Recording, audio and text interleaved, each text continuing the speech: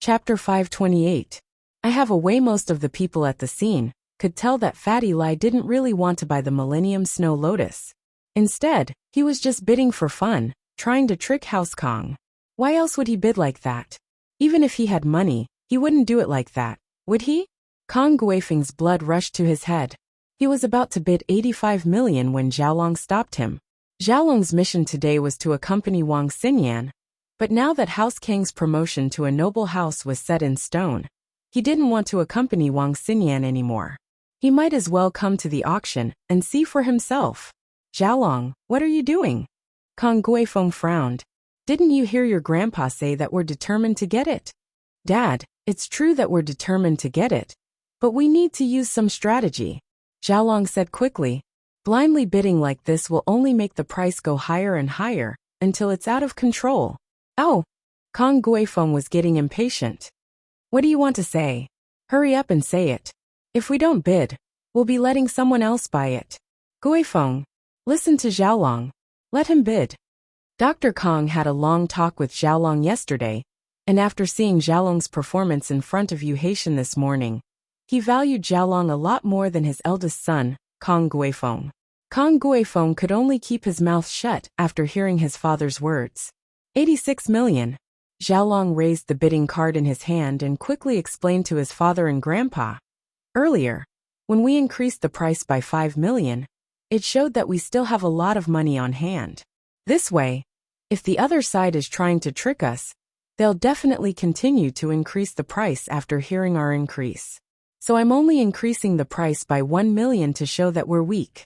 If they're really trying to trick us, they'll think that we're at our limit and can't afford it anymore. Just like yesterday, they gave up when we couldn't raise the price anymore. If the other party is determined to get it, then whether I add 1 million or 5 million, it will be the same to them. Let's see how they raise the price. In fact, Kong Guifeng also understood this logic, but he was muddle-headed just now. Now that he heard his son's explanation, he realized that he was indeed a little impulsive. Dr. Kong, on the other hand, looked at his eldest grandson with satisfaction. Xiaolong's ability and calmness in handling things were undoubtedly better than anyone else in the Kong family. 100 million. Fatty Lai called out his final bid. Xiaolong didn't think that the opponent would be so determined. He had already shown weakness. Logically speaking, he shouldn't have increased the price like this. If he couldn't afford it, wouldn't he have to buy it? Did he really want to buy it? However, this was also hard to say. Fatty Lai was representing Miracle Dr. Guan's medical company, and House Kong wasn't the only one who needed the 1,000-year-old snow lotus. Other people might need it too. Xiaolong wanted to raise the price, but he couldn't. House Kong really didn't have any money left. Xiaolong wasn't an impulsive and reckless person. He spent 15 million on Wu Qintian yesterday, and House Kong only had around 80 million left. It could be said that the price just now is House Kang's limit. Grandpa, we don't have any money left. Xiaolong took a deep breath and said unwillingly, we still have to buy it first. We can't back out now. Dr. Kong gritted his teeth. This 1,000-year-old snow lotus had to be in his hands, or all of House Kang's plans would be ruined. They had even taken out 2 pre-sale products of the skin-beautifying golden creation for auction tonight. If they couldn't get the 1,000-year-old snow lotus, how were they going to deliver it? Thinking about the golden creation and skin-beautifying golden creation products later, Dr. Kang's heart calmed down a little. 101 million. Xiaolong didn't pretend anymore. Since he had to get it, he might as well raise the price bit by bit. Let's see if Fatty Lai had the patience to keep this up. The price exceeded 100 million, and Fatty Lai had to turn to look at Lin Yi. As far as he was concerned, House Kong was at its limit. He didn't want to give up now. Boss, should we still bid? Fatty Lai whispered. If that box is really that important, I think we should go for it again. We can increase the price appropriately. You just need to control it well. Lin Yi nodded. With the income from yesterday's pill of life extension and toxin cleansing, Lin Yi didn't really care about the money. You want that box? Xiao Xiao heard Fatty Lai's words and looked at Lin Yi curiously. You don't want that 1,000-year-old snow lotus? Lin Yi didn't want to explain, but he was afraid that Xiao Xiao's laughter would be heard again. So he explained, "What I want is the box outside, not the lotus." "Ah, what do you want the box for?" Xiao Xiao asked curiously. "Don't ask so much. I'll tell you when we get back." Linny didn't want to talk too much with Xiao Xiao. What's with your attitude?" Xiao Xiao wasn't happy. "Hey, if I help you get the box, you'll be my boyfriend? You have a way?" Linny asked, ignoring Xiao Xiao's words. "Of course." Xiao Xiao nodded and rolled her eyes. "Do you agree or not? What do you want to do?" Linny, naturally, wouldn't agree to Xiao Xiao's random suggestion. "Don't worry about it. If you agree, then it's a deal." Xiao Xiao winked at Linny. "Forget it." Linny shrugged. Linny couldn't agree to something like this just because of the box. Xiao Xiao was furious. She glared at Linny. "Then you can't ignore me from now on, okay? We'll talk about it after you get the box." Linny didn't object this time. Now that he had Tianlong, Linny couldn't just ignore Xiao Xiao. "Then you have to cooperate for now. Whatever I say later, you can't say no." Xiao Xiao said. "Okay." Linny nodded. He could cooperate for a while, as long as she got the box. At this time, the price had risen to 110 million under Fatty Lai and Xiaolong's bidding. The two didn't increase the price by too much. It was a matter of who could last until the end. Xiaolong had just made a bid of 111 million, and Fatty Lai made a bid of 112 million.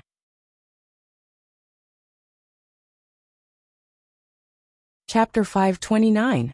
Chapter 529. Buying a makeup box. Fatty Lai. "Are you fucking doing this on purpose? You went against us yesterday, and you're doing the same today." Kong Guifeng couldn't take it anymore and stood up. House Kong didn't have any money to begin with. If this continued, they wouldn't be able to pay for the Snow Lotus even with the money from the auction tonight.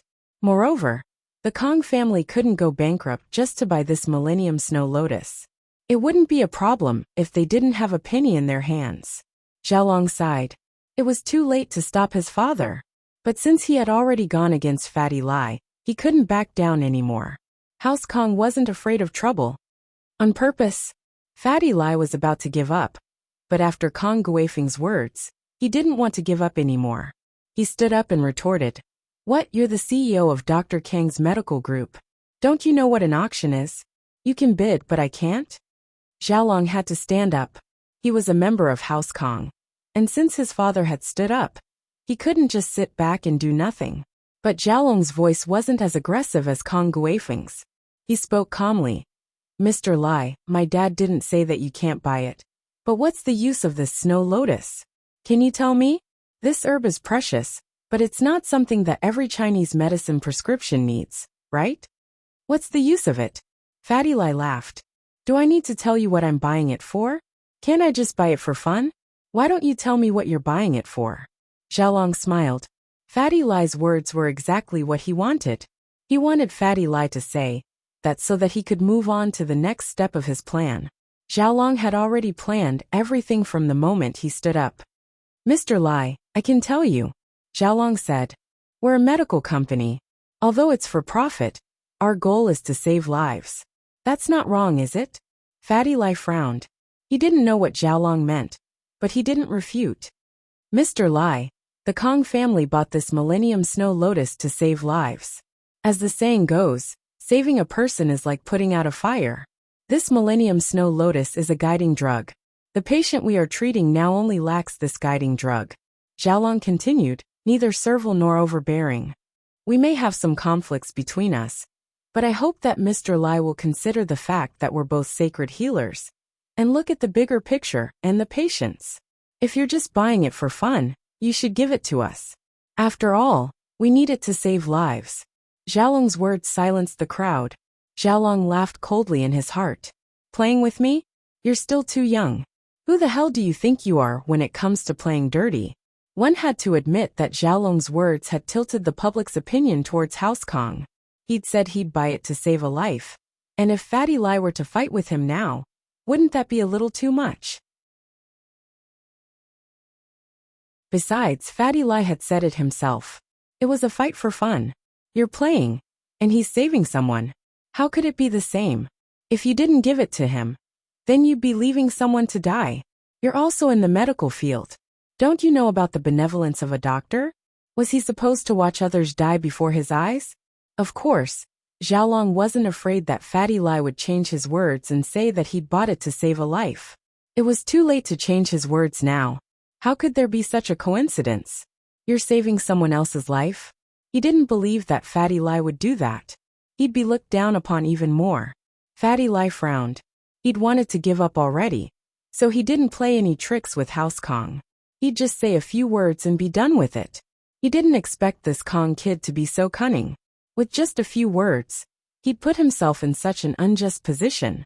Fatty Lai had been smart his whole life, but he'd failed miserably. It wasn't Fatty Lai's fault. Even Lin Yi had asked him to give up. Why would he bother to deal with House Kong? Who said we're fighting with you for that Millennium Snow Lotus? Xiao Xiao stood up before Fatty Lai could say anything. Oh, did I hear it wrong? Xiaolong smiled faintly. He wasn't angry, but he was frowning in his heart. This Xiao Xiao wasn't a good person. She'd almost killed Qintian yesterday. This girl was a sly one. What Millennium Snow Lotus? I want to buy that box. Xiao Xiao pointed at the box with the Millennium Snow Lotus on the stage. I think this box looks good, so I want to buy it as a makeup box. What does it have to do with the Millennium Snow Lotus? Xiao Xiao's words silenced the auction immediately. So Fatty Lai had been bidding for so long, just to buy a makeup box for this girl? Xiaolong laughed coldly in his heart. You're spending 100 million on a makeup box? Who are you kidding? Xiaolong didn't believe Xiao Xiao's words at all. He knew that Xiao Xiao was a weird girl who wouldn't even blink an eye at all. From what he could see, Xiao Xiao standing up at this time was probably to help Fatty Lai out. After all, he'd said that he wanted to buy the Millennium Snow Lotus to save a life. And Fatty Lai had no choice but to give it up. But wouldn't he lose face? Xiao Xiao's actions saved Fatty Lai's face. Since she was buying a makeup box, and not the Millennium Snow Lotus, she wasn't fighting with him on purpose. Oh, so you're buying a makeup box? Lil Sis Xiao Xiao has quite the unique taste. Xiaolong wasn't Qintian. How could he believe Xiao Xiao's words? Yeah, why don't you give it to me? It's not easy for me to fall in love with something. Xiao Xiao smiled at Xiaolong. She was as cute as she could get, as cute as she could get. Xiaolong humphed coldly. Trying to play this trick with me? It's no use. Do you think I'm Qintian? Do you think I'm that easy to trick? Fine, Xiao Xiao. You made me spend 15 million yesterday, and I haven't even settled the score with you yet. You came to me on your own accord. If I don't teach you a lesson, you'll think that I'm easy to bully, won't you? With that thought, Xiaolong had a plan. He didn't look at Xiao Xiao anymore, and turned to Fatty Lai. He asked in a tone that was neither servile nor overbearing. Mr. Lai, so this is the box you want? Not the Millennium Snow Lotus? Yeah, I'm helping her buy this box. Fatty Lai understood what Xiao Xiao was trying to say. He had to cooperate with her, but he didn't know the details of her plan, so he felt awkward.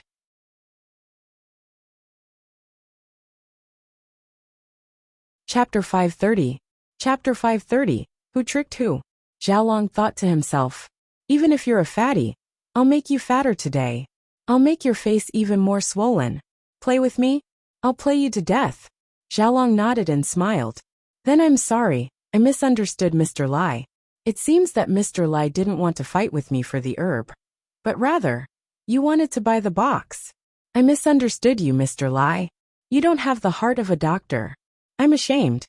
Nonsense, why would I want the herb? It's not delicious, and it's not fun. Xiao Xiao humphed. Since you know, why don't you give it to us? Haha, Xiaolong laughed coldly in his heart. Even if you didn't say it, I'd give it to you. But it's not the herb, it's the box. Don't you like the box? Don't you want to use it as a makeup box? Fine, I'll fulfill your wish. Who do you think I am, Xiaolong? You dare to play this game with me? See if I don't cripple you. Haha, of course. Xiaolong smiled. Since it's a misunderstanding, then it's easy. Xiao Xiao sis likes the box, right? How about this after I get the herb? I'll sell it to you for 50 million. I won't make you spend too much. We'll split it in half and take what we need. What do you think? Xiaolong looked at Fatty Lai and Xiao Xiao darkly. He wanted to see how they were going to deal with this. Xiaolong was sure that Xiao Xiao was lying about buying the box as a makeup box. Haven't you heard of the story of buying the casket and returning the pearls? Who would do such a stupid thing? So, Xiaolong used Xiaoxiao's words to turn the tables on them. In this way, they were caught in a dilemma. If he wanted to save his face, he would have to swallow his pride and take out 50 million to buy the box back. If they were shameless, then Xiaolong wouldn't force them to buy it. But from Xiaolong's point of view, Fatty Lai's company had just been established, and he was a famous person. He wouldn't lose face over something like this. That would be too embarrassing. Dr. Kong and Kong Guifeng looked at Xiaolong in astonishment. They didn't expect Xiaolong to be so shrewd. Not only did he seize the initiative of the auction with just a few words, but he also wanted to sell the wooden box with the snow lotus to Fatty Lai for 50 million. This was simply forcing them to buy and sell. The Kong family was still worried about the lack of funds, but in the blink of an eye, they extorted 50 million from others. Most of the people in the auction didn't think that Xiao Xiao was telling the truth, but there was nothing wrong with Xiaolong's way of handling things. You wanted to buy the box, and he sold it to you. What was wrong with that? Xiao Xiao pretended to be angry and widened her eyes. She pointed at Xiaolong, speechless. Xiaolong was very pleased with himself. With this little girl's IQ, you can only fool that idiot Wu Qintian. Compared to me, Xiaolong, you're still a long way off. What do you think? You shot yourself in the foot, didn't you? This time, you have no choice but to buy it.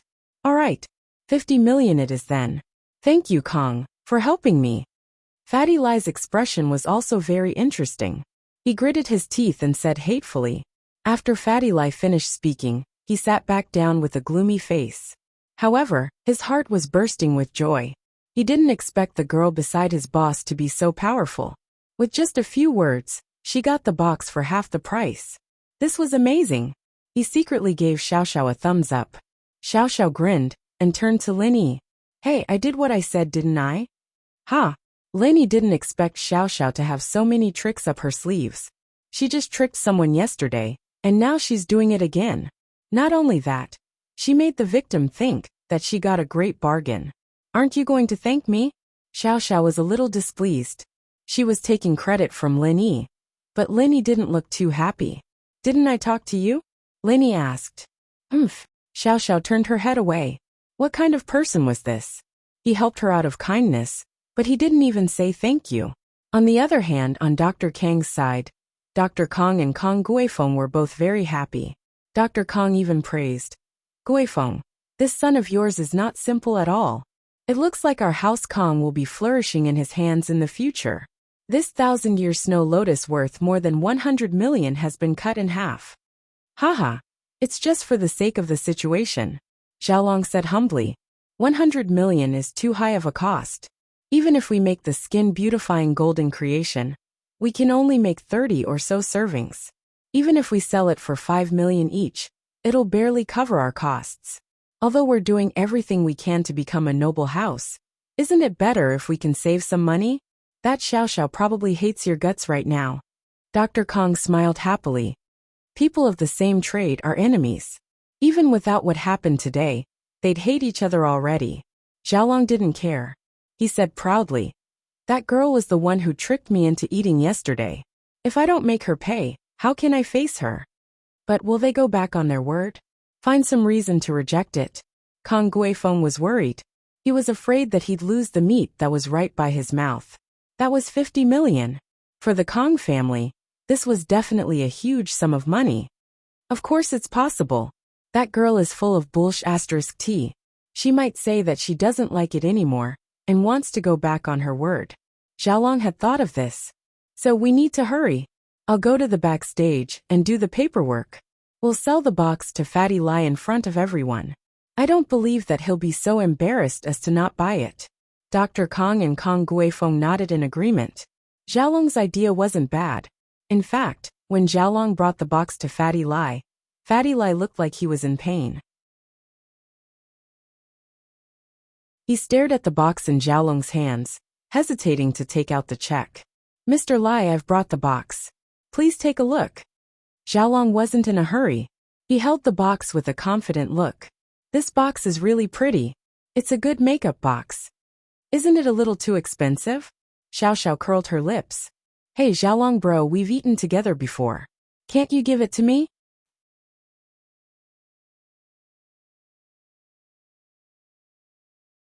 Chapter 531. Pay back money without paying then. Make it cheaper.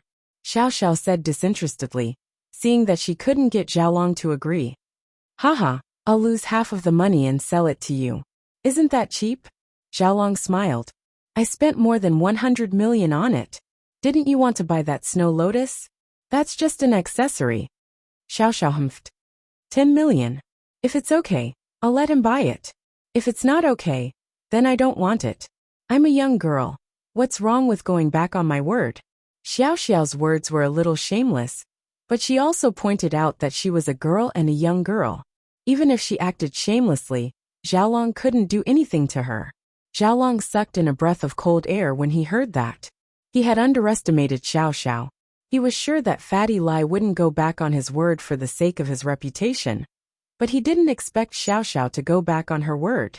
And if Xiao Xiao went back on her word, no one would be able to say anything. She said she didn't like it and didn't want it anymore. So naturally, Fatty Lai wouldn't buy it anymore. Everything was caused by Xiao Xiao. So why would Fatty Lai buy it if she didn't want it anymore? It didn't matter if he lost face or not anymore. Xiaolong frowned. This was a little troublesome. Things were out of his expectations. Xiao Xiao really wouldn't give him money so easily. 10 million? Isn't that too little? What if it's not even enough? Xiaolong naturally couldn't insist on 50 million. If he did, there would be no room for discussion. She wouldn't want it anymore. But he couldn't accept the 10 million that Xiao Xiao said. You guys want face, and less money at the same time. How could there be such a good deal? Alright, 20 million is the most I'll give you. I'll remember this. Fatty Lai said faintly. Don't think that you're very smart. We'll see. Deal. Xiaolong heard Fatty Lai's tone, and knew that he couldn't persist anymore. She had already gone back on her word. However, it was better than nothing. To him, it was already very good to be able to sell it for 20 million. What else could he ask for? After Xiaolong left, Fatty Lai admired Xiao Xiao from the bottom of his heart. Wasn't he too good at playing dirty? Xiaolong must be really unlucky to have met her. I didn't know you had so many tricks up your sleeves. Lenny couldn't help but admire Xiao Xiao for cutting another 30 million in the blink of an eye. That's right. Now you know the consequences of messing with me? Xiao Xiao looked at Lin Yi, pleased with herself. Let's see if you still dare mess with me. Ha! Lin Yi shrugged, not answering Xiao Xiao's question. Xiaolong returned to his seat with the 20 million check. He didn't get the 50 million he expected. But even so, Dr. Kong and Kong Guifeng were very happy. If they were to do it, it would be a problem if they could get the Millennium Snow Lotus, not to mention a broken box that could be sold for 20 million yuan. Although the fight for the 1,000-year Snow Lotus had attracted a lot of attention, it came and went quickly. Soon the auction was coming to an end. During this period, the Kong family's golden creation medicine, which was a must-have item in the auction every year, was also successfully sold out. There were no accidents. And before the auction ended, the most exciting moment for House Kong had arrived. The auctioneer cleared his throat and said loudly to the crowd, "Today, other than the items on the list, we will add another mysterious item as the finale of today's auction." Whoa! Everyone's attention was drawn to the auctioneer. It was not uncommon to add an item at the last minute.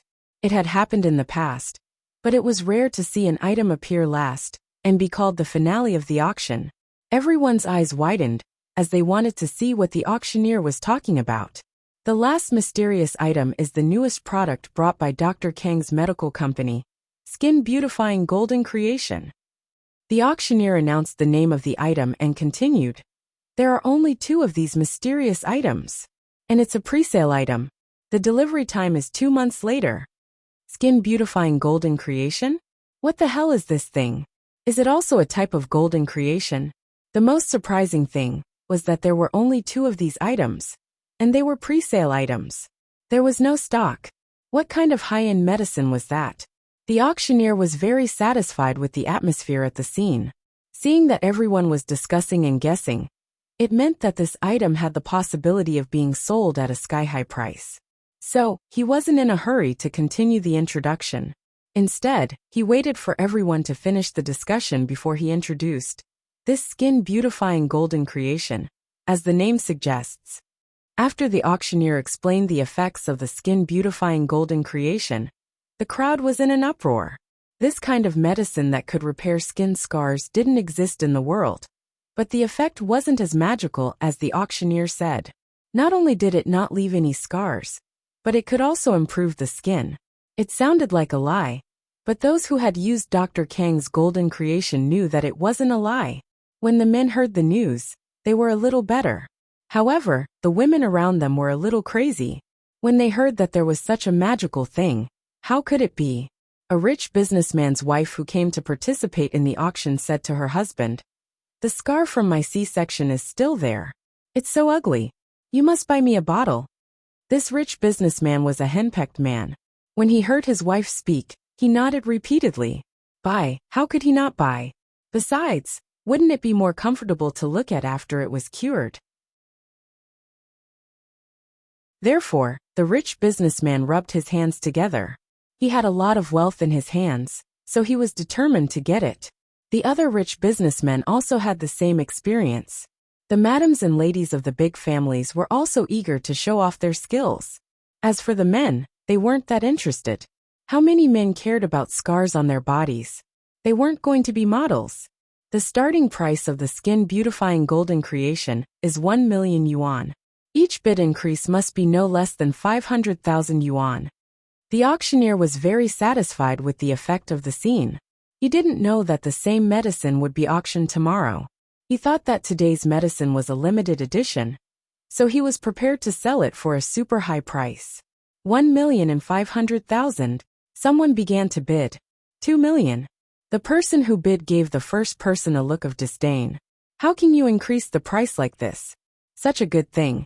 And I asked you to increase it by 500,000 just like that? 3 million. Someone immediately overtook the second person who bid. Soon the price soared to 5 million. Chapter 532. Chapter 532. You're not sick. One of them was from House Kong. Dr. Kong was smiling as he enjoyed this moment of accomplishment. Kong Guifeng and Kong Xiaolong were the same. The other was from House Yu. House Yu looked at the bustling auction with cold eyes.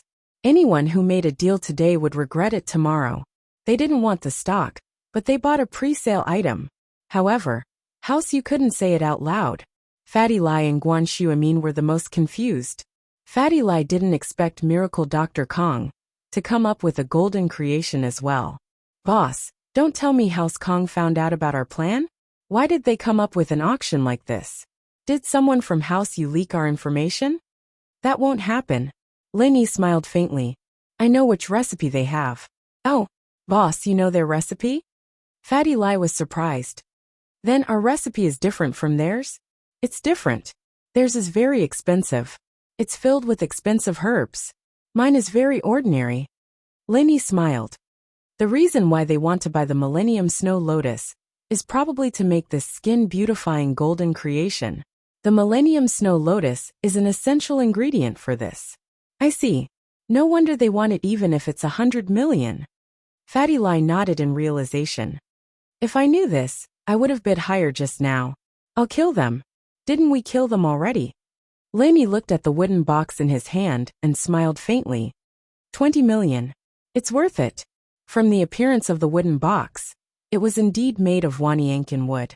However, Linny didn't know what it was used for, and how to use it. He had only read about it in an ancient medical book. He only took a glance at it, and didn't read it in detail. Hence, he didn't remember much about it. Praise me. I'm the one who played with it. Xiao Xiao suddenly interrupted. Ha! I'll give you a bottle of our special edition injury medicine later. It's about the same as his. Linny couldn't just leave it at that. After all, Xiao Xiao played a huge role in getting the Wanyankin box. Boring. I'm not going to remove scars. Xiao Xiao did have scars on her body, but as far as she was concerned, that wasn't important. She was about to die, so why would she care about stuff like that? If he had the time, he might as well do something else. Xiao Xiao's curiosity was piqued. Linny, what did you mean? Fatty Lie's recipe was given by you? Lenny heard Xiao Xiao's words and knew that he had spilled the beans. Xiao Xiao's presence was a hindrance, and it was hard to communicate with Fatty Lie. Don't tell anyone. Lenny looked at Xiao Xiao and said faintly, Then you want me to be your girlfriend? That way, you won't have to worry about me leaking the secret. Feng Xiao Xiao giggled. She had something on Lenny. She couldn't help but feel proud. Okay, tell me. Lenny shrugged nonchalantly. Although Lenny wasn't involved in the medicine company, many people knew that Lenny was the mastermind behind the scenes, so he wasn't afraid of Xiao Xiao finding out. You! Xiao Xiao was furious. Fine, I won't tell you. Tell me, do you know medicine? A little. Lenny didn't hide it anymore. The pill of life extension and toxin cleansing from yesterday. Can you give me one? Xiao Xiao looked at Lenny expectantly. Xiao Xiao had given up on her illness, but who would want to die? She'd heard the auctioneer talk about the pill of life extension and toxin cleansing yesterday, and how it could cleanse one's bones and marrow. It was a miracle pill, and she wondered if it could improve her constitution. No. Lenny shrugged. What do you want? I'll eat it, Xiao Xiao said. You're not sick, you don't need to eat it. Lenny waved his hand. I'm not sick. How do you know I'm not sick? Xiao Xiao blinked. I've checked. Lenny said. But I don't see anything wrong with you. If there's a problem, eating it won't help. Oh. Xiao Xiao was a little disappointed. But Lenny was right. There was nothing wrong with her body no matter which hospital she went to. If Lenny really did notice something was wrong, then he'd be a god. You didn't have any signs of life in you before. Lenny frowned but shook his head. You wouldn't understand even if I told you. It's a little weird. It's the first time I've met someone like you. Xiao Xiao blinked. She didn't think that Lenny would actually notice something was wrong with her body. But what was life? Xiao Xiao really didn't understand what Lenny meant. Then would you believe me if I said I'm going to die? Xiao Xiao asked after some hesitation. You won't die. Lenny looked at Xiao Xiao. You're still normal for now. Oh. Xiao Xiao didn't continue. She told Lenny about her situation because she wanted to see if Lenny had a solution. But she didn't want Lenny to pity her. In the auction, the price of the skin beautifying golden creation skyrocketed. It was already sold for 10 million. Dr. Kong couldn't stop smiling. He didn't expect this thing to be this valuable. The cost was reduced even more. The first skin beautifying golden creation was sold to a wealthy businessman at the price of 11 million. The noble houses didn't rush to make a move. They understood that since this medicine belonged to House Kong, they would definitely prepare it for them. They knew what House Kong was thinking. If they wanted to become a noble house, they needed to show some sincerity. So they didn't participate, but they still paid attention to it. The second pre-sale item was also sold for 11,500,000. The buyer was also a rich businessman. This was what House Kong wanted to see. They didn't want the noble houses to make a move now. If that happened, their plan wouldn't be able to go smoothly.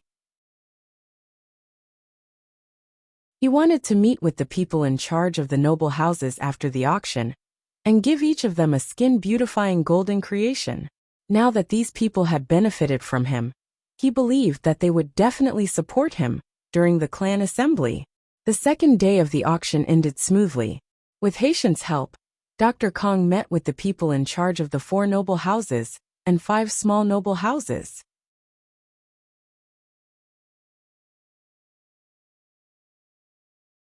Chapter 533. Chapter 533. House Yu's attitude. Hearing that House Kong had something to say, the people in charge of the houses all stayed behind. Most of them understood what House Kong was doing. It had to have something to do with the skin-beautifying golden creation. In one of the meeting rooms of House Yu's auction house, Yu Haitian received the heads of the houses. Wu Gonggao, the head of House Wu, was absent, and Wu Chintian was the representative. Xiao family, on the other hand, sent out their second son Xiao Ben.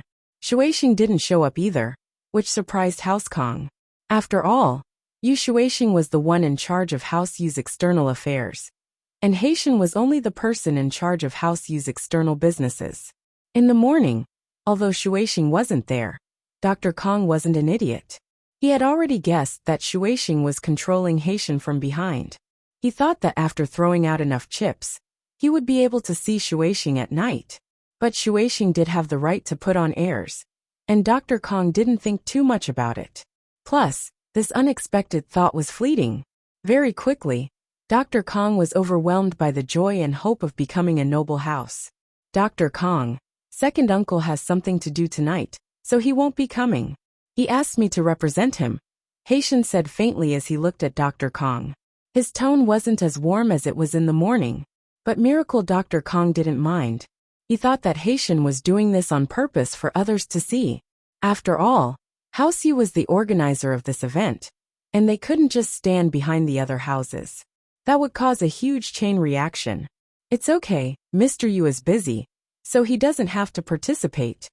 Hearing Haitian's explanation, Dr. Kong thought that Haitian was giving him face, and he was even happier. Old Kong, why did you call us here? The one who spoke was the head of House Song, Song Xiangwen. House Song was one of the 4 great worlds, an ancient martial arts house. There was a mystic class master in the house, and he was the younger brother of the head, Song Xiangwen. But because he had no hope of breaking through, he went out to train, and had yet to return. Otherwise, House Song wouldn't be any less famous than House Wu.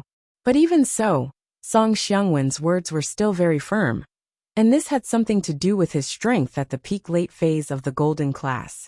Hee, I've called all of you here because I have a piece of good news to announce. Dr. Kong stood up and nodded at the representatives of each family. Then he continued, after many years of dedicated research, our Kong family has finally made a breakthrough and developed the skin-beautifying golden creation. I won't go into too much detail about the effects of this medicine. It's just that it's still in the research phase and can't be mass-produced, so we've only produced a small batch. Apart from the 2 batches that will be auctioned off, we're prepared to give the rest to the aristocratic families first. Song Xiangwen nodded with satisfaction after listening. Your approach is very good. Don't let the goodies flow to the outsiders. Song Xiangwen was old but strong. After his first wife died, he remarried. Just now, his second wife was urging him to snatch the 2 skin-beautifying golden creation medicine. Song Xiangwen was a sly old fox. Naturally, he would not do such a stupid thing. As a matter of fact, as soon as the auction ended, someone came knocking on his door. Hee, all the aristocratic families have a share, and the price is very good as well. It's only 5 million per bottle. Dr. Kong saw everyone's expression and knew that his plan worked. These people seemed to have a good impression of him. 5 million, not expensive. Song Xiangwen nodded.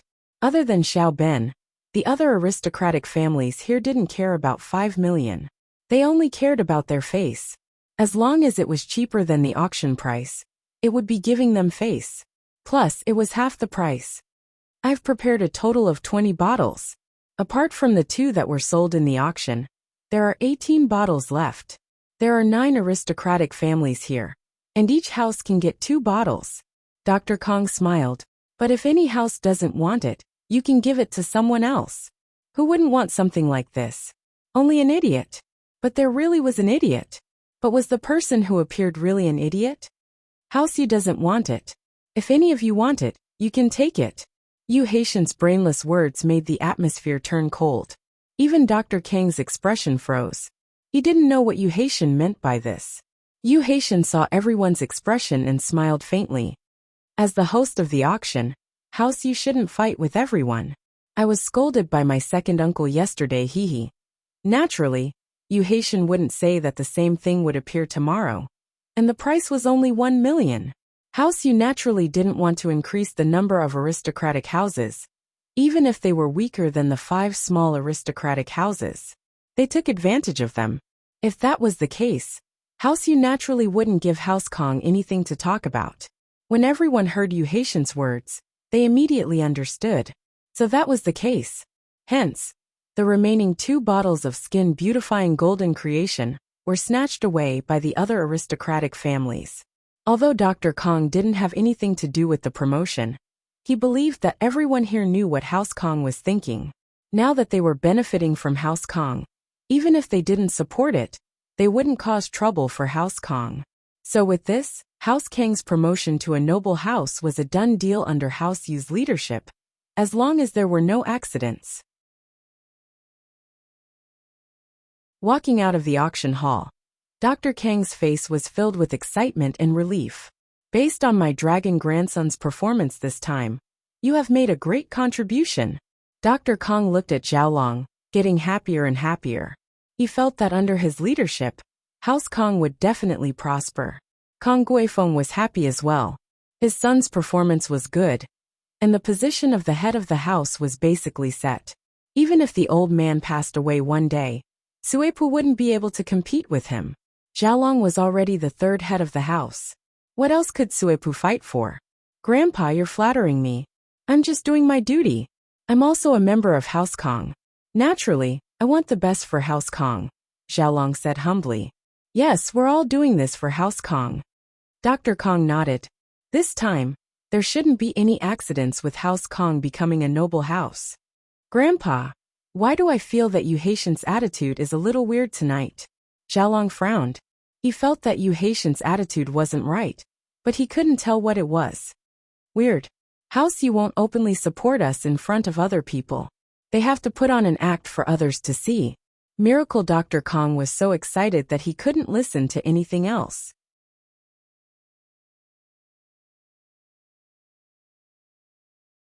Chapter 534. Phew. Linny laid on the bed in the hotel room and let out a long breath.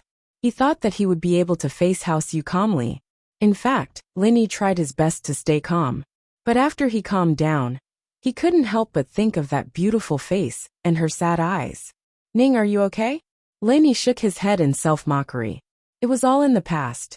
Why was he still holding a grudge against her? Did he leave because he thought that his identity was not good enough for her? Or was it because he couldn't give her a stable life? Or was it because he was young and didn't want to be restrained by love and family? Or was it because he found out about her secret and chose to escape? Linny didn't know. He couldn't explain it either. His state of mind then was completely different from his current state of mind. Back then, he was nervous all the time. But now he was relaxed. Linny got up from the bed and went to the bathroom. He turned on the shower and walked in.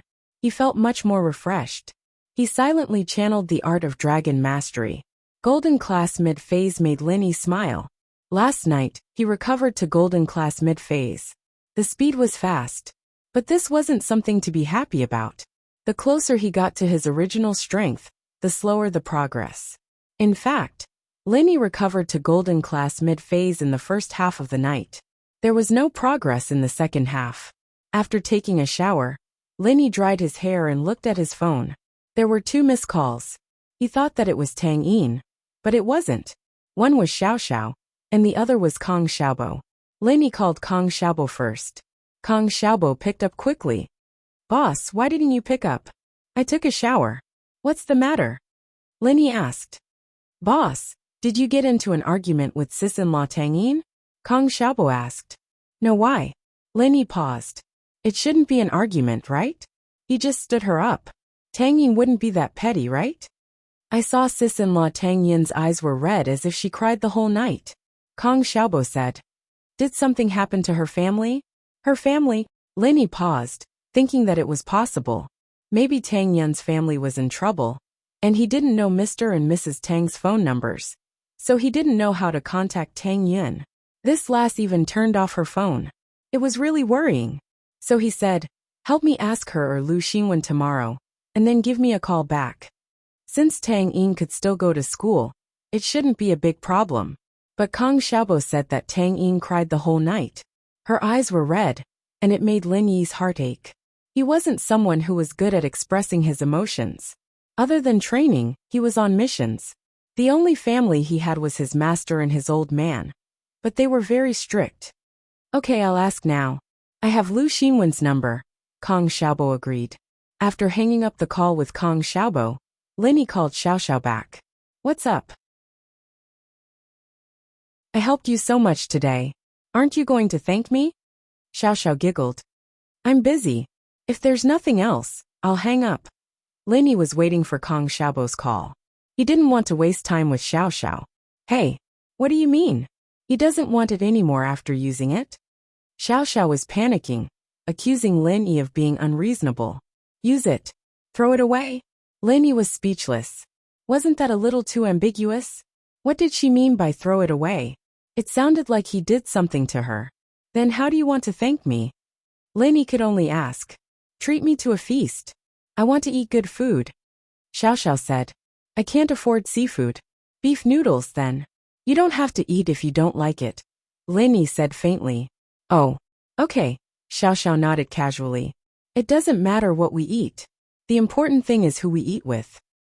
Lin Yi was speechless. He didn't know what was wrong with Xiao Xiao's brain. She was either hinting at him or confessing. Lin Yi didn't believe that this girl would fall for him, after teaching her a few lessons. Wasn't she a masochist? Not long after, Kong Xiaobo called back. Boss, did you break up with Tang Yun? Why did Lu Xinwen say that you're ungrateful, and don't want Tang Yun anymore? Wah. Lin Yi blinked. Don't want Tang Yun anymore? Broke up? When did that happen? You don't know? Kong Xiaobo blinked as well. I've been in Yinjing the whole time. How would I know? Lin Yi smiled bitterly. Lu Xinwen didn't lie to you, right? I don't know. Who knows what happened? I called and Lu Xinwen started yelling at me. She told me to tell you that Tang Yun doesn't want to be with you. You don't want her anymore. There's a lot of people waiting in line for you. Xiaobo was quite troubled as well. It was a wasted call. I'll ask Fin what's going on tomorrow. All right, help me ask her tomorrow. Lin Yi frowned. Was there some misunderstanding? Tang Yun wasn't that petty. She thought that he didn't want her anymore just because he stood her up once, right?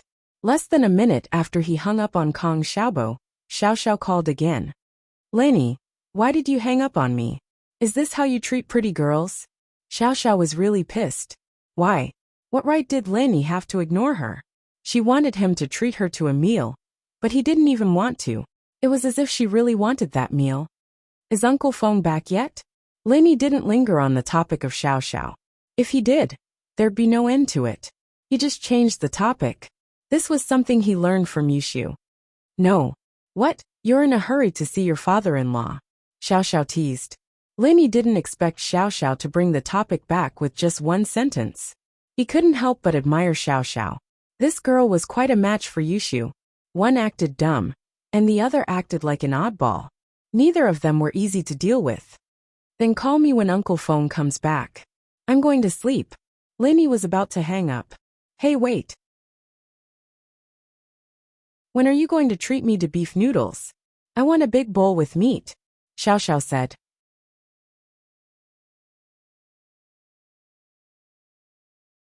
Chapter 535. Master Bing is here. Then you can't go back on your word, Xiao Xiao reminded. I won't, Lin Yi said helplessly. All right, I'll let you go for now. Xiao Xiao hung up the phone satisfied. She waved her fist excitedly. Yay. I'll make you treat me to beef noodles when we get back to school. I'll piss Tang Yin off. Songshan Starlight Hotel in the top private room. Sihua stood beside a young man and filled up the wine glass in front of him. Master Bing, do you have any new instructions from the boss? Oh, my dad didn't say anything. He just wanted you to cooperate with me. Qibing waved his hand nonchalantly, as if he didn't put Sihua in his eyes at all. This big boss of the underworld who could shake the entire Songshan city with a single stomp. However, Sihua wasn't annoyed. He understood his position. In the eyes of the boss, he was just a dog. Although Qibing was his illegitimate son, he was still the young master. What good would it do to him if he didn't serve him well? Of course, I'll do whatever you say, Master Bing, Sihua said respectfully. How's the real estate company I want? I heard that it's very profitable. Have you settled the company yet? Qibing asked bluntly. It's done. All the procedures are ready. I've already informed Jin Gubang. He'll be here soon, Sihua said quickly. We're just waiting for you to give the company a name. Jin Gubang? Is he the chairman of Pengzhan Industries? Qibing clearly had an impression of Jin Gubang's name. He lost to that old fox Pengzhan and got kicked out of the company, Sihua said. But it doesn't matter. It won't affect your company. Jin Gubang invested his own money to open a real estate company for you. Oh, at least he's smart. Sihua nodded in satisfaction. Since he's the investor, I'll give him 20% of the shares later. He'll be the general manager and help me manage the company. Jin Gubong will be grateful if he knows about it. He'll work for you with all his heart. Sihua said respectfully. There was a knock on the door just as they were talking. Who is it? Sihua asked. It's me, Jin Gubong. Gubong's voice sounded from outside. Come in. Sihua said faintly. Gubong pushed the door open and saw Sihua standing respectfully beside a young man. He paused for a moment before remembering that this was the legendary Master Bing. Master Bing, Sihua bro, he said with a flattering smile. You're Jin Gubong? Sit, tell me about the real estate company. Master Bing nodded and pointed at the seat across from him. Thank you, Master Bing. Gubong's heart was bleeding, but there was nothing he could do. His previous actions were a double loss. Not only did he lose his position as the chairman of Pengzhan Industries, but he was also kicked out of the company. Now all his assets were used to set up a real estate company. After he walked out of the room, he was penniless. Sihua, tell him what I said just now. Let him know what's going on. Qibing ordered. Sihua nodded. Old Jin, Master Bing is a good master. He won't mistreat loyal subordinates like us. Yes, yes, Gubong replied, smiling bitterly in his heart. That's for you, he won't mistreat you. You tricked a real estate company for me as a gift. Wouldn't he reward you if he was happy? What about me? I'll have nothing if I give you the real estate company. Master Bing said that you're the one who invested in this company. So he's going to reward you with 20% of the shares and hire you as the general manager. You'll be working for Master Bing in the future. Do you have any objections? Sihua asked. Gubong paused. Giving him shares? Making him the general manager? Wasn't this a good thing? Although it was a bit too much to reward him with the shares of the company, he started with his own money. The situation was pressing. Gubong was already surprised that Master Bing would treat him like this. Plus, he was kicked out of Pengzhan Industries, and the relationship he had with Pengzhan Industries wasn't working anymore. He didn't have any funds in his hands, and it was basically impossible for him to make a comeback. Qibing, on the other hand, was giving him a chance, and Gubong was pleasantly surprised. Besides, working under Zhao Qibing was very beneficial as well. With such a strong backing, the company would definitely be able to prosper. At the very least, Sihua was on his side now.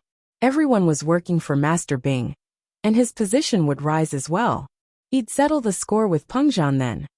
Master Bing, you're too good to me. I, Gubong, don't know how to talk, but I'll do my best to live up to your expectations. I'll do anything for you. Gubong clenched his fists, feeling that his life was full of hope again. All right, don't think I don't know what you're thinking.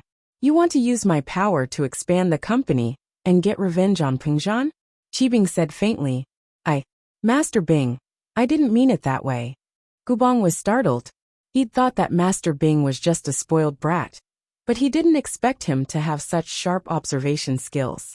He'd seen through his intentions in such a short amount of time. You know better than anyone else whether you have it or not. Qibing curled his lips.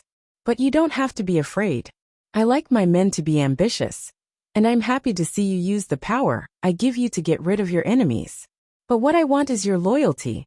As long as you're loyal to me, I'll give you what you want. Yes, don't worry, Master Bing. I'll do what you ask of me. Gubong clenched his teeth. I'm your dog, Master Bing. I'll bite whoever you want me to bite. Although it sounded like he was insulting himself, Gubong had thought it through. It wasn't easy for him to find a backer like this, and whether or not he could prosper in the future depended on Qibing. Qibing nodded, satisfied. All right, since we're on the same side, there's no need to be so polite. Eat and drink, and we'll discuss the company's development.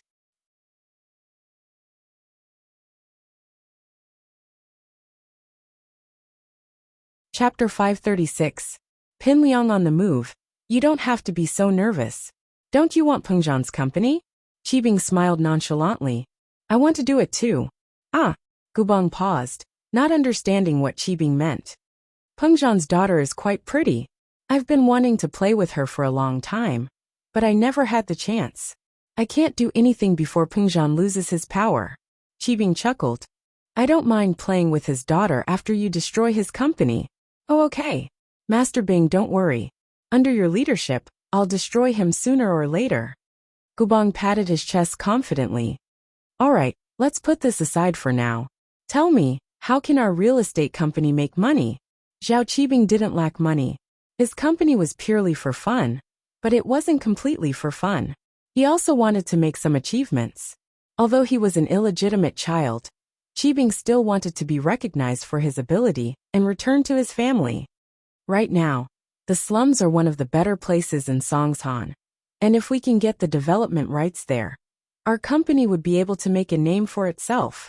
Gubong said. That's what I suggested to Sihua Bro. Sihua Bro nodded. That's what I suggested. Oh, if you say it's so good, then why hasn't anyone developed this area yet? Qibing wasn't an idiot. He asked immediately after hearing Gubong's words. Unruly people. There are too many unruly people. Gubong explained. Pengzhan Industries wanted to develop this area too, but the people in the slums banded together and demanded a high demolition fee. It wasn't worth it at all. Pengzhan is also a stubborn person, refusing to pay for quality. Naturally, there wasn't much profit to be made. The other developers are probably the same. Oh, then we'll get profits from it? Qibing asked. With Sihua Bro around, we can't deal with those unruly people. We'll kill them if they try to extort us. Gubong curled his lips. Then pay for the quality of the project. The quality of the houses doesn't need to be too good. Just scam them. Don't let others talk about the quality of the house. I heard that the country has a new policy. The developer will be responsible for the quality of the house for life. This will hurt the foundation if there is trouble in the future. Zhao Qibing waved his hand. As for those relocated households, it doesn't matter. Let's look for benefits from them. No problem. Gubong was getting more and more convinced that Master Bin wasn't an idiot at all. On the contrary, he was quite thoughtful, not the type to act recklessly. He knew what he could and couldn't do. Let's go to the slums when we're free these few days, Qibing said. We need to get the development paperwork done as soon as possible. That's easy. The city has long wanted to renovate that piece of land. It's just that no developer has taken over. I'll go and settle the paperwork tomorrow. Gubong said casually. Right, Master Bin. What do you think the company's name is? Name. Let's call it Qibing Real Estate, Qibing said casually. Pinliang had been in an unusually good mood these past 2 days. He felt that his luck had finally turned for the better. The person he hated the most, Lin Yi, hadn't come to school for a few days. Without Lin Yi messing around, he could carry out his plan smoothly. Xiaofu, how's your preparation? Pinliang asked Xiaofu. Liang bro, I found the cave. It's absolutely safe. Xiaofu chuckled. I've installed a security door inside. No matter how strong Mingyao is, she won't be able to escape. Not bad. Your idea is very creative. It's much better than normal robbers. You're a natural-born villain. Pinliang laughed upon hearing Xiaofu's idea. Haha, isn't it all thanks to you, Liang bro? I wouldn't have thought of such a good idea otherwise. Xiaofu was very pleased. Pinliang said that he would tie Mingyao up in the cave. But Xiaofu was afraid that something would happen to Mingyao after Pinliang left. What if there were wild beasts in the wilderness? And so Xiaofu installed a security door. Now no one would be able to open it without a key. There's food and toys inside, right? Pinliang asked. Of course, I've prepared everything. Xiaofu nodded. The rest is up to you, Liang bro. See how you can trick Mingyao. That's up to me. I've thought about it long ago.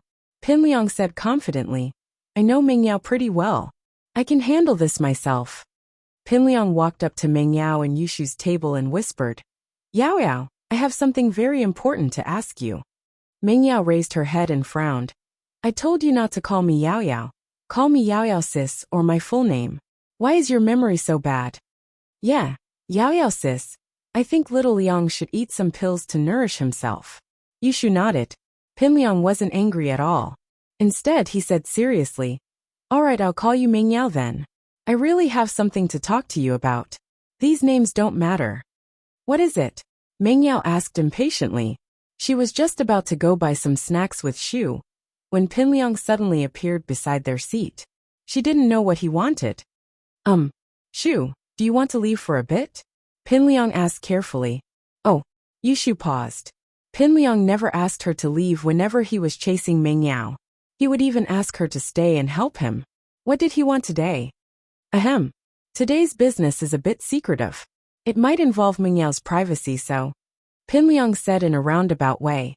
Pinliang, if you have something to say, just say it. If not, Shu and I will go shopping. Mingyao's patience was at an end. Shu is my best friend. I don't want to hide anything from her. Alright then. I'll say it. Pinliang actually didn't want Yushu to get involved, because of her identity. Pinliang couldn't help but be wary of her.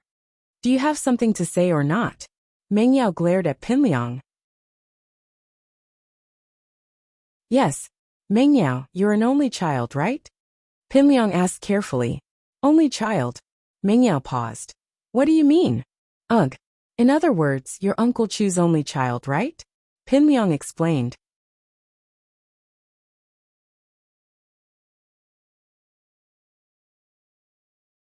Chapter 537. Chapter 537. Someone similar to you. Oh, Yao sis, I got it. Yushu spoke up suddenly. Liangzi realized that he couldn't get you. So he turned his attention to your sister. Mingyao was taken aback by Yushu's words. Was that really what Pinliang meant? So he looked at Pinliang confused. Pinliang was stunned by Yushu's words. He didn't think that Yushu would be able to come up with such an excuse. He coughed dryly and explained. I didn't mean it that way. Oh, did he find out that Shield Bro is Uncle Chu's illegitimate son? Yushu asked curiously. Shu, don't talk nonsense. Mingyao's heart tightened when she heard Yushu mention Shield Bro. She glared at her. How could she let Pinliang know about this? Yushu stuck her tongue out. I'm just joking. Shield Bro? What's that? Pinliang was confused.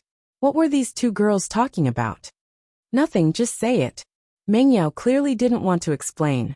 Pinliang didn't want to talk anymore. Who cared about Shield Bro? He needed to focus on his own matters first. He said, what I mean is Mingyao. Do you have any sisters or anything like that? Sisters? Mingyao blinked. What sisters? My sister is Yushu. I'm not talking about sisters, I'm talking about Uncle Chu. Do you have any other daughters? Pinliang asked carefully. Other daughters? Pinliang, what are you trying to say?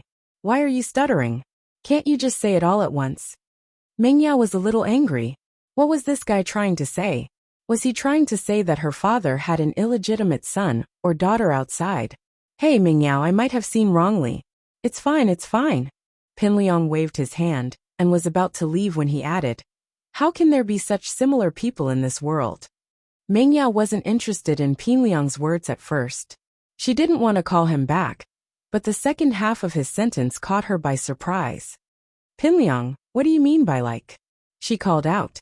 Pinliang, what do you mean? Is there anyone like me? That's right. Last night, I went to the Shuangyan Mountain Resort with my father. When I was climbing the mountain, I saw a woman who looked very similar to you. I should say, you're practically carved from the same mold. I thought it was you, so I called out your name. Pinliang said, pleased that he'd gotten Mingyao's attention. The woman's body shook, and she turned around to look at me before leaving in a hurry. What? Does he really look like me? Mingyao's breathing quickened as she stared fixedly at Pinliang. Yeah, but I took a closer look at her after she turned around. She's a little older than you. Pinliang shook his head. I thought she was your sister or something. Why would she turn around if I called Mingyao? Then did she say anything? Mingyao asked, panicking. She didn't say anything. She glanced at me and left quickly. Pinliang shook his head. I was curious, so I followed, but I lost track of them. Ah. Mingyao gasped, her eyes staring blankly at something. She stood beside her seat, deep in thought. Mom. It must be her mom. A voice called out in Mingyao's heart, making her heart beat faster.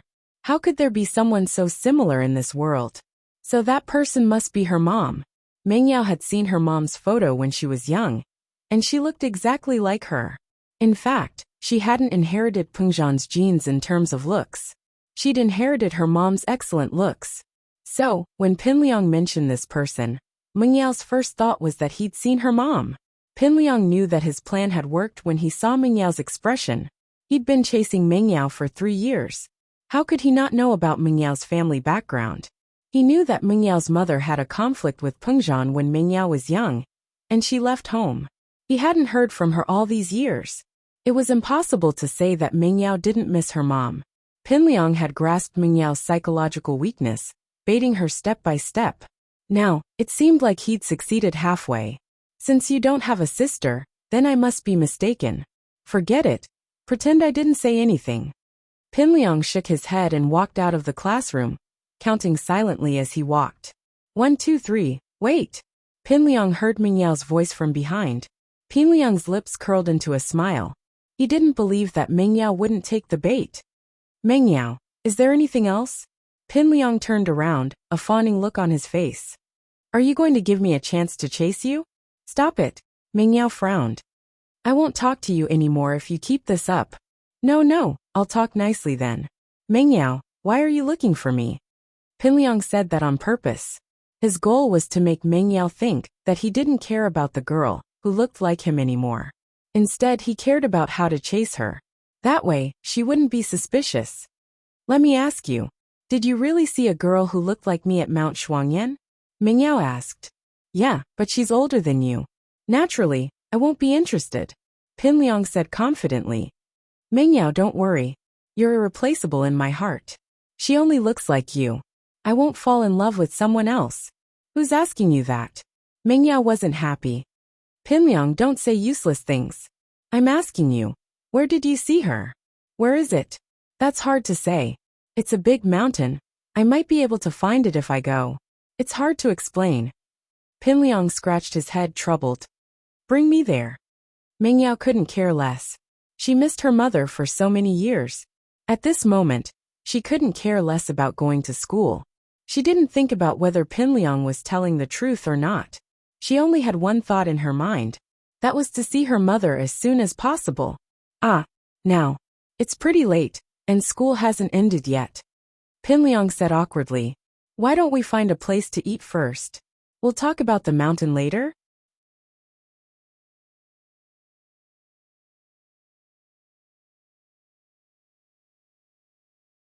Chapter 538. Chapter 538. Destroying family harmony. Sigh, since you've said so, how can I not? Pin Liang seemed disappointed, but the more he acted like this, the less suspicious Meng Yao was. Then let's go. Meng Yao was anxious, afraid that her mother would go somewhere else if she was late. All these years, Meng Yao had been thinking about her mother all the time. She never said it out loud, but under her tough exterior, there was a deep longing for her mother. She was a 19-year-old girl after all. No matter how mature she pretended to be, and how big sister she acted in front of Yushu, she still couldn't suppress her desire for family. Should she tell her father? Meng Yao shook her head. All these years, her father had never mentioned her mother in front of her. It was as if he had forgotten about her, focusing all his attention on the company. This made Meng Yao a little unhappy, but she couldn't do anything about it. After all, her father was equally important to her. She didn't know why her father and mother fought, and she didn't know why her mother left home for so many years. But Meng Yao thought that if she could see her mother first and persuade her to stay, her father wouldn't be a problem. She might even be able to give him a surprise. Thinking of this, Meng Yao decided to see her mother in private. She had completely believed Pin Liang's words, treating that person as her mother. All right. Pin Liang nodded helplessly and shouted to Xiaofu. Xiaofu, come here. What's the matter, Liang bro? Xiaofu walked over, confused. He had to admit that his acting skills were quite good. It seemed like he had rehearsed many times. Come with me and Meng Yao to Mount Shuangyan, Pin Liang ordered. Why are we going to Mount Shuangyan for? Xiaofu was surprised. Why are you asking so many questions? Are you coming? Pin Liang obviously didn't want to explain. Oh, let's go. Xiaofu stopped asking. Meng Yao didn't think that it was inappropriate for Pin Liang to bring Xiaofu out. He was Pin Liang's henchman after all. It was normal for him to bring him out. Pin Liang and Xiaofu walked in front while Meng Yao and Yushu walked behind. The four of them went down the stairs and walked out of the school gate. Sister Yao Yao, what's going on? Why do you want to go to Shuangyan Mountain? Also, who's that girl who looks like you? Yushu asked curiously as they walked. Don't ask so many questions, just follow them. Meng Yao couldn't explain it in a few words, and it was hard to tell if her mother was still there. Oh, but I don't think it's appropriate for us two girls to go to the wilderness with Pinliang. Should we tell Shield Bro? Yushu asked, seeing that it was getting late. Just admit it if you want to talk to Lin Yi. There's no need for all these excuses. Meng Yao said mercilessly, seeing through Yushu's thoughts. You miss him, don't you? Oh, I thought Yao Yao missed me. Yushu blinked. Should we call then? Suit yourself. Meng Yao humphed. But then she thought that Shu might be doing the right thing. She should tell Lin Yi about her whereabouts. What if she got into an accident in the middle of nowhere? Yushu did miss Lin Yi a little, but she couldn't explain why. She was just used to living with Lin Yi. She wasn't used to missing someone all of a sudden. Poor little wife, always acting as the big wife's mouthpiece. Yushu took out her phone and mumbled to herself. What did you say? Meng Yao almost tripped. What big wife, little wife? You're the big wife, I'm the little wife. Yushu wasn't afraid at all. You damn Shu, do you want to have your tongue pulled out? Who's Lin Yi's big wife? Meng Yao glared at Yushu. Oh, Yao Yao really likes Shield Bro. Yushu raised her hands in joy. I only said big wife and little wife, I didn't say Shield Bros. I'm so pissed. Meng Yao knew that she was tricked by Yushu. The girl had been leading her step by step. But she really didn't say who the big wife and little wife were. The big wife and little wife thing seemed to be something the two of them had agreed on before. And it didn't specifically say who the husband was. She'd been tricked. Meng Yao glared at Yushu. Open your mouth. Yushu shook her head with a smile. Why? Meng Yao thought. Did this dumb girl learn to be smart? Did she know that she was going to tear her mouth off? I'm not dumb. Opening my mouth and having my tongue pulled out. Yushu screamed before she could finish. No. It hurts. Meng Yao took the opportunity to tear Yushu's mouth. A dumb girl is still a dumb girl. Only a silly girl will be liked by others. Yushu covered her mouth and mumbled. Yao Yao, you're too bad. You won't be loved in the future. What do you mean? Meng Yao asked. You bully the little wife and ruin the harmony of the family. In ancient times, you'd be an unloved queen. Yushu said. You don't want your mouth anymore, do you? Meng Yao threatened. Oh. Yushu stopped talking and took out her phone to make a call. But Xiaofu was already in a taxi. She couldn't make the call. Meng Yao, Shu, get in. Pinliang waved at Meng Yao and Yushu after seeing that Xiaofu had flagged down a taxi.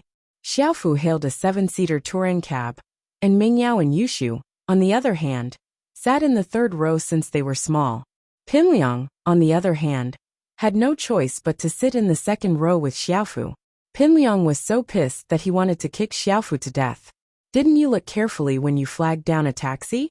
You should have flagged down a 5-seater Jetta. What were you trying to do with a 7-seater car?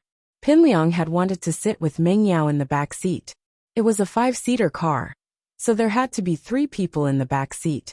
He thought he could get intimate with Meng Yao, but it was all over now.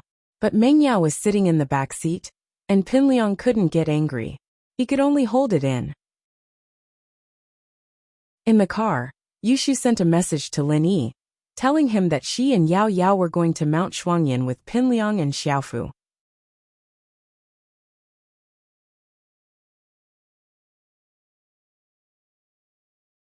Chapter 539. The plan went smoothly. The car stopped at the foot of Mount Shuangyan. It was a rugged mountain road, so the taxi could only go there. Sir, you can only walk to the resort up there.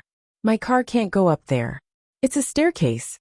The taxi driver didn't know that Pinliang had never been to this place before, so he explained to them. I know.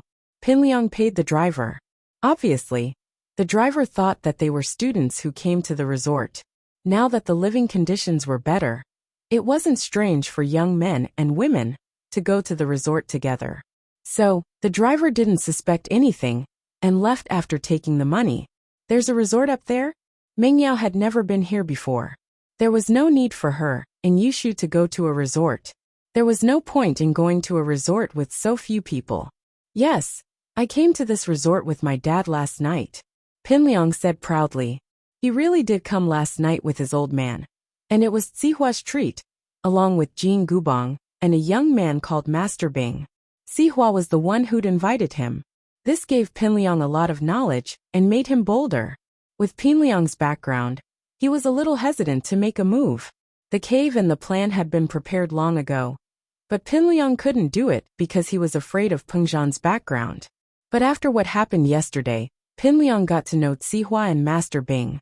Master Bing was someone with a big background.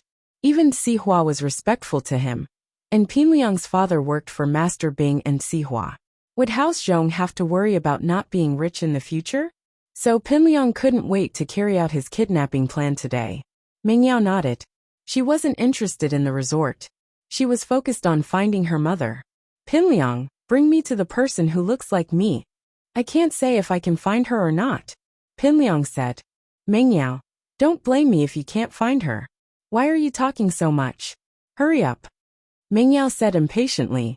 Pinliang snickered inwardly, but maintained his composure as he led Mingyao and Yushu up the mountain. The sky was already dark, but there were quite a lot of people at the foot of the mountain since the resort was located halfway up the mountain. This gave Mingyao and Yushu a sense of security, even though they didn't know it. With so many people here, nothing would happen. If there wasn't a single person around, Mingyao would be hesitant to follow Pinliang up the mountain. Although the mountain road was rugged, it was not shaky. The four of them were all young people, so it did not take much effort for them to reach the resort halfway up the mountain. Mingyao, are you tired? Why don't we get something to eat at the resort first? Pinliang asked. Eat what? I'm not hungry. Take me there. Mingyao wasn't in the mood to eat. All right, let's go then. Pinliang nodded unwillingly and continued up the mountain road.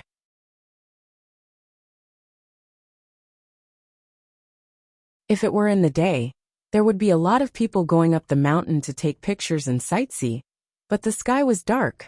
Naturally, no one went up the mountain.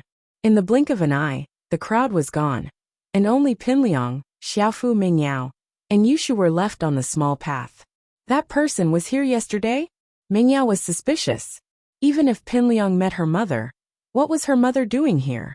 Yeah, I followed her here from the resort. I thought it was you, but then I realized it wasn't. Pinliang nodded. What do you think she's doing here in the middle of the night? Pinliang's question dispelled Mingyao's suspicions. She had to admit that Pinliang had some brains. He wasn't an idiot, and this plan was executed after careful planning. And so, Mingyao didn't say anything else.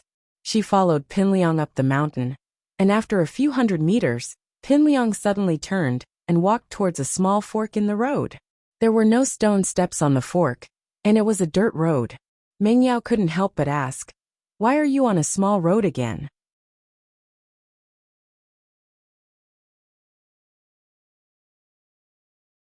Chapter 540. A big discovery outside the cave. Mingyao looked towards the direction of the cave anxiously. She didn't know how Pinliang and Gao Xiaofu were doing. Why wasn't there any movement? Shoo, why do I have a weird feeling? Mingyao frowned. She felt that something was wrong, but she couldn't put her finger on it. In short, Pinliang was acting weird today. I've always been curious. Yao sis, why did you bring me here? It's not fun at all. Yushu scratched her head and frowned. Yao sis, you're not thinking of having sex with Pinliang, are you? Shut up. How is that possible? Mingyao hit Yushu fiercely. Do that with him. You might as well kill me. Oh, then who do you want to do it with? Yushu asked. I want my ass. I don't want to. Mingyao almost fell for Yushu's trick. She raged. Shu, what are you thinking about? Are you thinking of doing it? I'm just curious. I don't really want to do it. Yushu wasn't embarrassed at all. Instead, she was curious. Then you wait for Lin Yi to come back and try it with him. Mingyao said angrily. What about you? Yushu asked. What about me? Mingyao was pissed off. Why did her best friend always bring up this kind of stuff? Was it because of the hormones in her puberty? Are you going to try it? Yushu ignored Mingyao's anger and continued. I'll try it with you. Mingyao was furious. Oh, I know. Yao sis, you really like me. No wonder you get jealous whenever I mention Shield Bro. You're gay. Yushu said. Meng Yao didn't want to say anything else. She knew that Yushu was joking. It didn't matter if she explained or not. The more she explained, the angrier she would get. After a while, Xiaofu felt that the incense in the cave was almost there. He nodded. Pinliang walked to the entrance of the cave and called out to Meng Yao and Yushu. Meng Yao, big discovery. Big discovery. Meng Yao raised her head and took a deep breath, suppressing her anger at Yushu. What discovery? You'll know when you come over. There's a door in the cave. Pinliang yelled. That's weird. Oh. Meng Yao blinked. Why was there a door in the cave? Pulling Yushu along, Lenny quickened his steps towards the cave. He looked in the direction of Pinliang's flashlight and saw a security door. There's a door here? Is there really a door here? What was going on? Someone lives there? I don't know. We've studied it for a long time, but we still don't know what's going on. Pinliang said worriedly. Why don't we call it a day? This place feels weird. Go knock on the door. How could Meng Yao give up just like that? Especially when she saw the door. It meant that someone was living here. The first possibility Meng Yao thought of was that her mother was living in seclusion here. Although it was a little strange, her impulsiveness had overtaken her rationality. Pinliang could only nod. Since the beauty has a request, I'll give it my all. Sigh. But don't blame me if anything happens. We've been through thick and thin together. Why are you talking so much? Hurry up. Meng Yao was worried. Pinliang was taking his time, but she felt dizzy. She didn't know what was going on. Pinliang walked over and knocked on the door. Meng Yao's head was getting dizzier and dizzier. Her eyelids were starting to give out, and she was about to fall asleep. Shoo, I'm so sleepy. Me too, Yao Yao, I want to sleep. Yushu said as she fell into Meng Yao's arms. Meng Yao, on the other hand, fell to the ground after being pushed by Yushu. Pinliang was overjoyed. It seemed like the incense was working, but he wasn't in a rush. What if the two woke up? After a while, Xiaofu spoke up after seeing that the two weren't moving. Liang bro, it's fine now. The owner said that they won't wake up for at least 10 hours. That's good. Get them into the house. Pinliang pointed at the door. You go open the door. Okay. Xiaofu took out the key and opened the door. Pinliang and Meng Yao hurriedly got Yushu and Meng Yao into the room. Pinliang and Xiaofu heard that the incense was powerful, but they hadn't used it before. They didn't have any experience, so they didn't dare make too much noise. They were very careful, afraid that they'd wake Meng Yao and Yushu up. After everything was done, Pinliang shook his head regretfully. It'd be great if I could touch Meng Yao's body, but he didn't dare to. He was afraid that he'd wake Meng Yao up. Yeah, leave Yushu to me. I like her. Xiaofu was drooling as well. If you want to die, you can touch her. Pinliang said coldly. I wouldn't even bother with her if I had a choice. Her background isn't something we can mess with. Xiaofu couldn't help but shiver. He'd been blinded by his lust, but Pinliang's reminder reminded him of Yushu's brother's glorious past. He quickly put away his unrealistic thoughts. Haha, I was just saying. Xiaofu laughed dryly. He knew that these two weren't the school beauties he could touch. He wanted to find a school beauty as his girlfriend, but other than these two, he couldn't touch anyone else.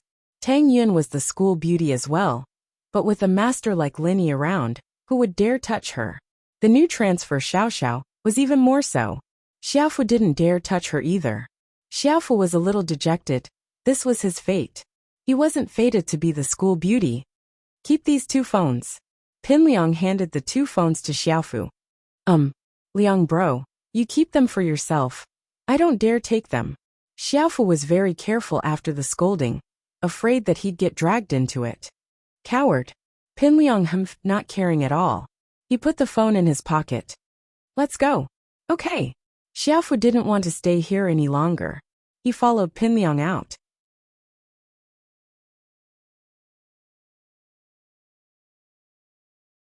Chapter 541. Chapter 541, Secrets in the Phone. Liang bro, it's fine. Didn't we already have a plan? Xiaofu could tell that Pinliang was nervous. If Pengzhan accepts you, Liang bro, then everything will be fine. If he doesn't accept it, we'll just let Meng Yao go. Meng Yao doesn't know that we set this up anyways. and we'll just say that the cave owner set us up together. She doesn't have any proof, and she'll even thank us for saving her. Who knows, maybe we'll be the hero that saves the damsel in distress, and Mengyao will fall for us." Pinliang nodded. This was also the main reason why he used the incense instead of force.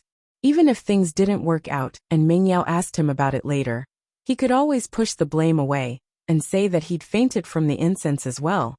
But they'd only captured the two of them, leaving him and Xiaofu at the foot of the mountain. Although this would arouse Mengyao and Pengzhan's suspicions, it was just a suspicion. They wouldn't be able to do anything to him without any proof. This was also one of the reasons why Pinliang wasn't afraid. If Pengzhan didn't agree to his relationship with Mengyao, then he could just let Mengyao go. He wouldn't be able to do anything to Mengyao then.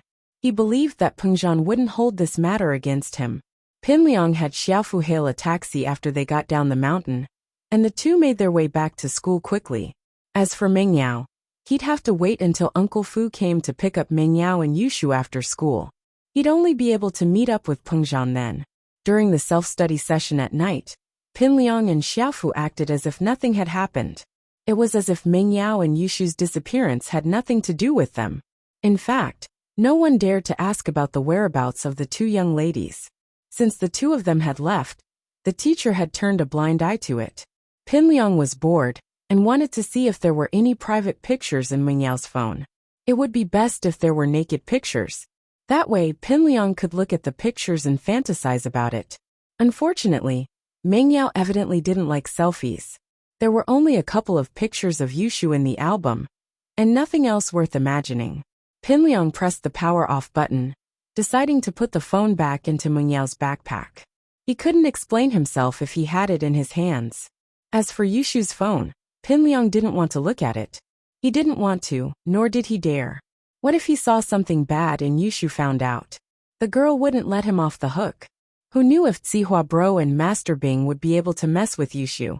But it didn't take long before Pinliang's heart started itching again. He remembered that Yushu's photo was in Mengyao's phone. Could Yushu have Mengyao's photo in her phone? The two of them might even take photos of each other. With that in mind, Pinliang pulled out Yushu's phone, turned it on, and opened the photo album. Quack. Pinliang's eyes widened, as the person in Yushu's photo album was none other than Lin Yi.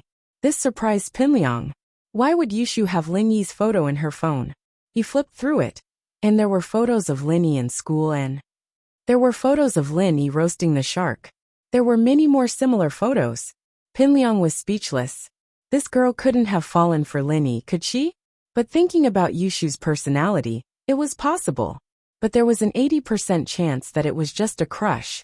He couldn't see any relationship between Lin Yi and Yushu normally. Pinliang let out a sigh of relief. If he let Lin Yi and Yushu get together, he'd be in deep trouble. The more he looked, the more depressed he got. He turned off Yushu's phone and shook his head. He didn't expect this at all. Did Mengyao know about Yushu's crush on Lin Yi? But it wasn't his business. Pinliang didn't have the time to care about stuff like this, especially when it involved Lin Yi. He didn't want to care about it. What if he got himself into trouble again? When school was finally over, Pinliang stuffed Mengyao and Yushu's phones back into their bags and walked out of the school alone. He didn't bring Xiaofu with him this time. There was no need. It'd be troublesome if Xiaofu got involved. Falbert's Bentley had been parked at the alley in front of the school for the past 3 years. Pinliang remembered it very clearly. He found Falbert's Bentley easily. Pinliang took a deep breath to calm himself down before knocking on the window. "What's up?" Falbert knew Pinliang, as well as that he was the nephew of the company's previous shareholder, Jean Gubong. He was also Mengyao's admirer. "Falbert, take me to Uncle Chu." Pinliang ordered Falbert with an unquestionable tone. With that, he opened the passenger door and got in the car. "Oh, you want to see Mr. Chu?" Falbert frowned. He didn't expect Pinliang to be this impolite, getting in the car directly. Even if Jean Gubong was a shareholder of the company, he didn't have the right to do this, did he? Not to mention that Jean Gubong wasn't. Falbert's sharp senses told him that something was amiss. If Pinliang wasn't out of his mind, then he had something to rely on. So Falbert didn't chase him away right away. He wanted to know more about Pinliang first. That's right. This happened so suddenly. I have to talk to Uncle Chu face to face. Pinliang said fearlessly. Oh, then we'll wait for Yao Yao. You come with us. Falbert didn't say anything else after seeing how confident Pinliang was. As for what he wanted to do, that was Mr. Chu's business. Falbert didn't have the right to ask. No need to wait. Yao Yao is at my house. Pinliang said proudly. She's my girlfriend from now on. The most important thing for you now is to bring me to Uncle Chu. I need to talk to him about me and Yao Yao. Falbert paused. He looked at Pinliang in disbelief. He started to suspect that Meng Yao had become Pinliang's girlfriend. This was impossible in Falbert's eyes. Falbert took out his phone and dialed Meng Yao's number. However, her phone was turned off. He dialed Yushu's number again. It was the same. Falbert put down his phone and said, "Since you want to see Mr. Chu, then let's go."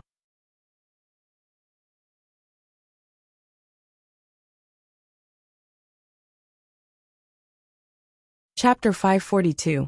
Live-in son-in-law. Falbert, naturally, didn't believe Pinliang's words. From Falbert's point of view, Pinliang was most likely making things up. His relationship with Meng Yao couldn't possibly be as he said. But Meng Yao's phone was switched off, and Yushu couldn't be contacted. Pinliang was the key person, and he had to control him.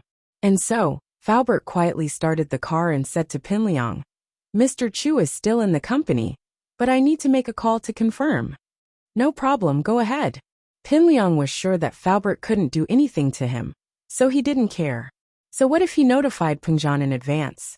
He would see Pengzhan sooner or later anyway. Falbert nodded and dialed Pengzhan's number. Pengzhan's life had been smooth sailing for the past few days. Without Jin Gubang and Xie Guangbua, the company's second-largest shareholder, Lin Yi, had given Pengzhan full authority to make all the decisions. Whether it was the board of directors or the shareholders' meeting, everything had become Pengzhan's. No small shareholder dared to jump out and go against Pengzhan. After all, Jin Gubang and Xie Guangbua's fate was clear for all to see. No one wanted to be the next target. Pengzhan was in the middle of a shareholders' meeting, and no one dared to turn on their phones.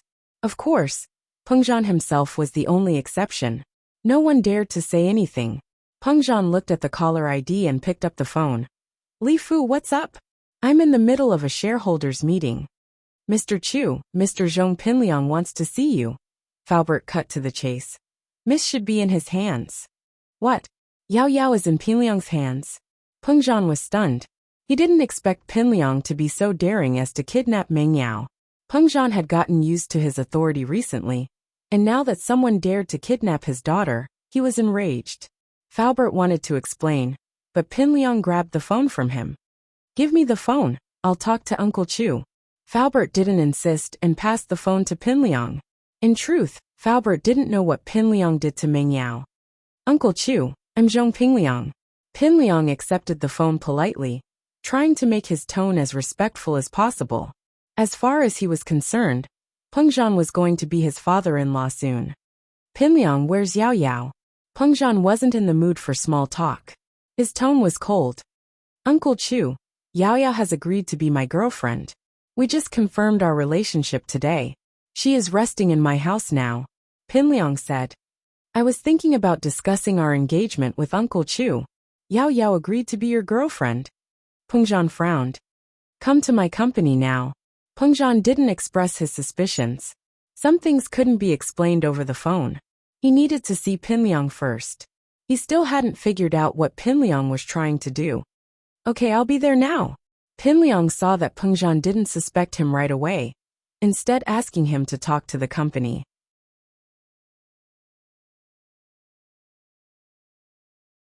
He thought that Pengzhan believed him, and was overjoyed. He hung up and ordered Li Fu.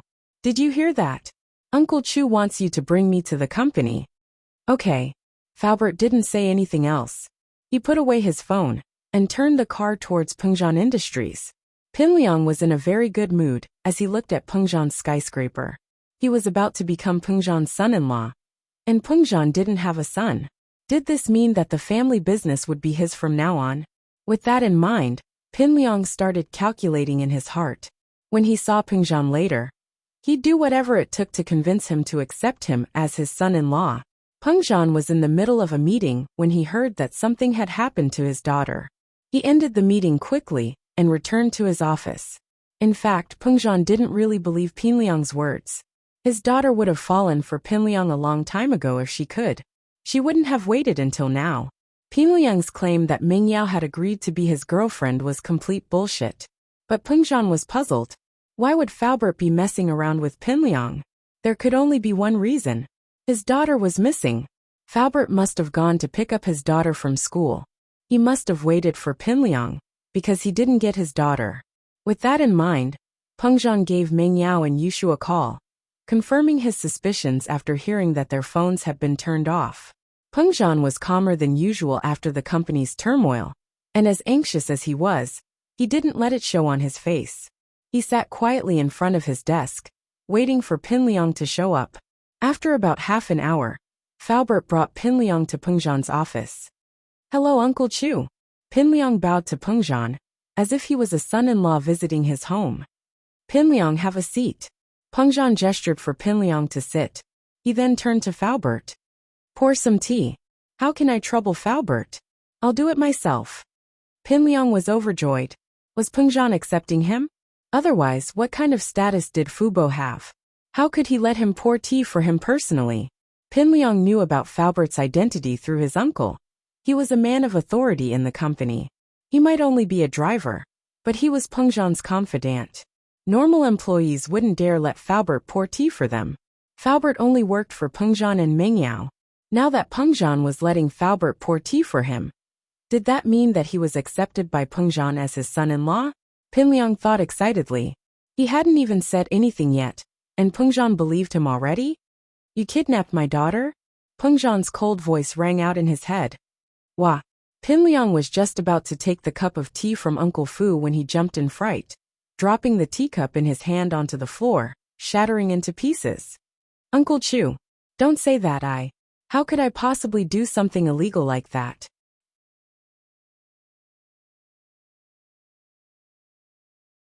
Chapter 543.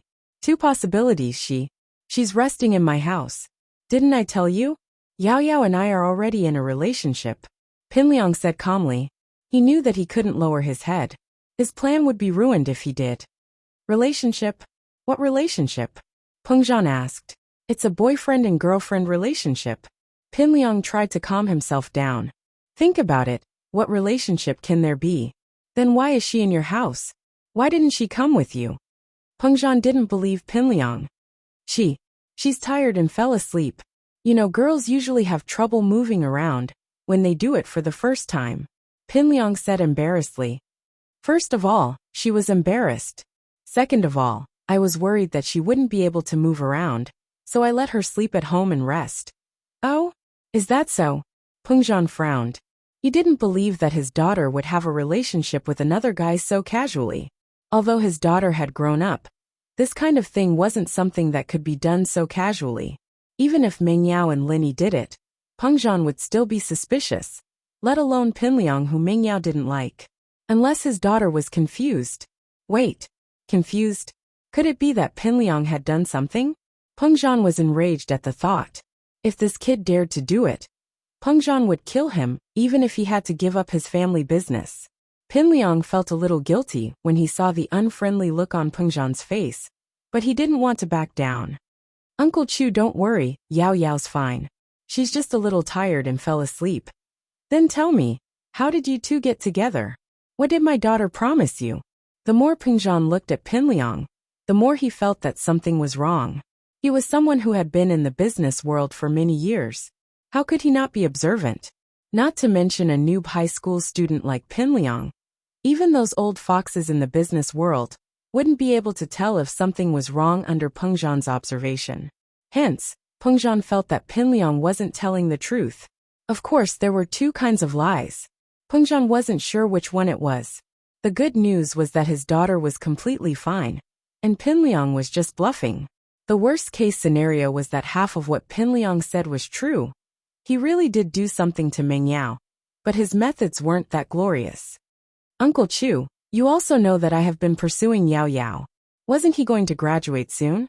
I thought that if I didn't confess now, I wouldn't have another chance. Pin Liang had already thought of an excuse, so when Pengzhan asked, he went straight to the point. A couple of days ago, on the tree planting day, I prepared a show of my love for you guys that never sleeps. I used fireworks to form the words Yao Yao, I love you. That day, all the teachers and students were there. They could all bear witness. So Yao Yao was touched. She accepted my confession and became my girlfriend. Really? Pengzhan was starting to believe Pin Liang's words a little more after hearing his confession. Of course, he believed that Pin Liang had really made this confession, not that his daughter had accepted it. Of course, Yao Yao was so touched. Pin Liang said proudly, as the saying goes, sincerity can move mountains.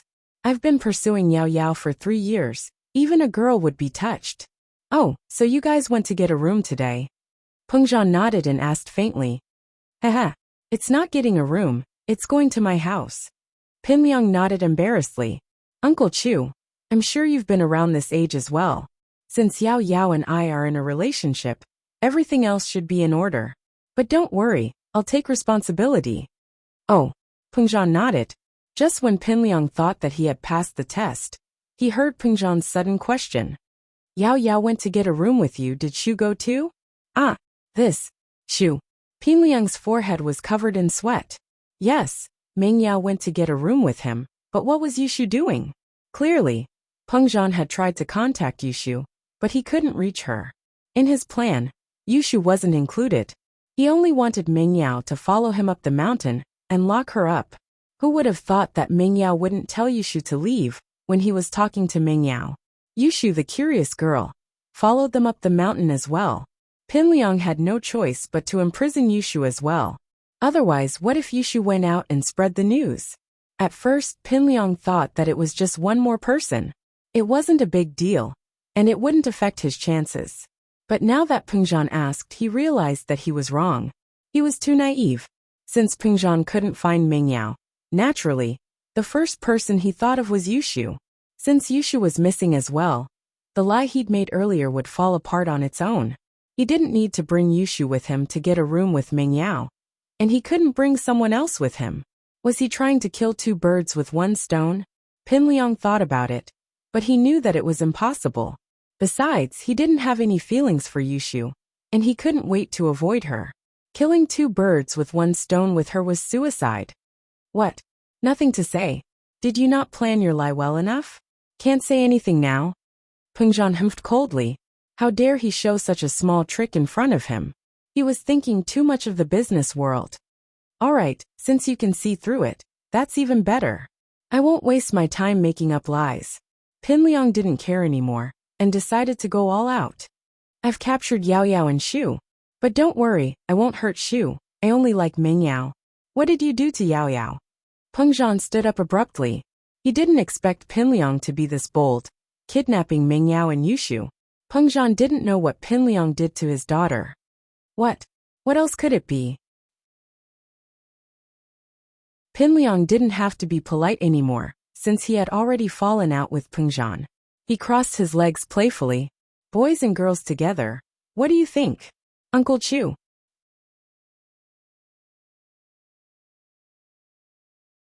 Chapter 544. Chapter 544. Zhong Pin Liang, I've already done it. What's there to be afraid of? Pin Liang said calmly. Uncle Chu, since you already know, I'll be honest with you. You have to acknowledge me as your son-in-law. Even if you don't want to acknowledge me as your son-in-law, I've already done what I should, and I didn't use any contraceptive measures. I'm planning to give birth to this child. It's fine if you don't want to acknowledge me as your grandfather. My family can afford it. My father is more than happy to have a grandson or granddaughter with him. How dare you come to my office? Aren't you afraid that I'll send you to the police station? Pengzhan couldn't tell if Pin Liang was telling the truth or not, but he was absolutely furious. He hadn't been this furious even when Gubang and Guangbua were trying to take over Pengzhan Industries. He was sad and regretful at that time, but now, he wanted to strangle Pin Liang to death. Haha, I don't think you would. Pin Liang shook his head. Uncle Chu, you're considered a respectable person in Songshan. And Pengzhan Industries is one of the top 500 companies in the country. Uncle Chu's family matters have a lot of media attention. If you're not afraid of losing face, you should blow this matter up. Let's see who will benefit from it. At most, my crime is drugging and raping Ming Yao, who took the aphrodisiac drug. At most, I'll give in half. Let's not talk about whether we can find any evidence. Even if we can, I'll only be sentenced to a few years. Oh, I forgot to tell you, Uncle Chu. My father and Sihua Bro are working for Master Bing now. Master Bing won't let me go to jail, right? Pengzhan naturally knew the name Master Bing. He also knew that the deal between Gubang and Sihua was for this Master Bing. The so-called Master Bing was the illegitimate son of the heir of a noble house. That house was very influential in the province, and Master Bing was quite capable as well. This was also the main reason why Pengzhan didn't retaliate after knowing who the mastermind behind the scheme was. Pengzhan couldn't even arm wrestle with Sihua, let alone fight against Master Bing. Pengzhan didn't want to have anything to do with people like that. He was a proper businessman, and he wasn't Sihua's opponent. What surprised Pengzhan was that Pinliang's father, Zheng Fabai, was working for Master Bing. What did Master Bing see in Fabai? Pengzhan's expression changed, and Pinliang knew that Pengzhan was afraid. He was overjoyed. I knew you were afraid. Thus, he continued to add fuel to the fire. Uncle Chu, you have to think carefully. I'll go to jail for a few years at most, but the jail is full of Sihua Bro's people, and I'll be taken care of after I get in. I'm going to enjoy myself for a few years, and you're going to offend Sihua Bro. Most importantly, if you mess up Master Bing's plans, I don't have to tell you what the consequences will be. Whoever dares to hurt my daughter, I don't care who he is, I will make him pay the price. I'd rather give up this company. Pengzhan stared at Pinliang fiercely. He had his reservations, but he could do anything for his daughter. Why do you have to do this? I'm not a disgrace as a son-in-law. Since what's done is done, why don't we get engaged in a proper way? Pinliang said calmly. My dad isn't the boss of a nightclub anymore. Our family's background isn't any weaker than House Chu's. What do you think? What I said makes sense, right? You don't. Pengzhan said coldly. If you really do anything to Yao Yao, even with your background, I'll make you pay the price in blood. Don't think I'm joking. Why? Why do you have to do this? Pinliang didn't dare to look at Pengzhan's eyes, and he laughed dryly. You know, your daughter is already a broken flower. If this gets out of hand, it'll affect both your and Yao Yao's reputation. She doesn't have anything against me now, and if you understand the situation, I'll still respect you as my father-in-law. Otherwise, we'll continue to cause trouble. Alright, I'd like to see who's going to protect you. Whether it's Master Bing or Sihua, they'll stand up for you. Pengzhan said slowly as he looked at Pinliang. Pinliang panicked. Why was this Pengzhan so stubborn? It was said that businessmen cared about profits the most. There were no eternal enemies, only profits. In this situation, he could only do what he said to achieve a win-win situation. Did Pengzhan really want to fight to the death? But he couldn't show it on the surface. Uncle Chu, are you really going to sue me? Let me think about this. You can go back first.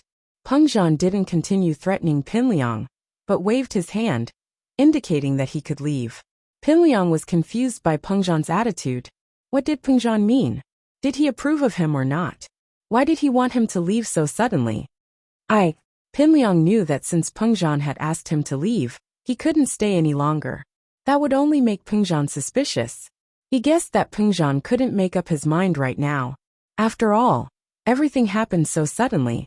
Although he proposed a win-win situation, Pengzhan still had to weigh the pros and cons carefully. Was he going to fight to the death, or accept him as his son-in-law? It was good that there was a chance. Pinliang sighed in relief after thinking it through. He said, Alright, Uncle Chu, think about it carefully. If you want to send me to prison, then there's nothing I can do. Pengzhan didn't say anything, and Pinliang could only stand up bitterly. Pengzhan's attitude made it impossible for him to carry out the next step of his plan. His original plan was that if Pengzhan accepted him as his son-in-law, he'd go to the cave in Mount Shuangyan overnight and cook Meng Yao. If Pengzhan didn't agree, he'd release Meng Yao. Nothing would really happen to Meng Yao this way. And he believed that Peng Zhan wouldn't hold him responsible for anything. After all, Meng Yao was fine. If Peng Zhan continued to pester her, then he'd be an idiot. Master Bing and Sihua weren't people to be messed with. This was why Pinliang wasn't afraid.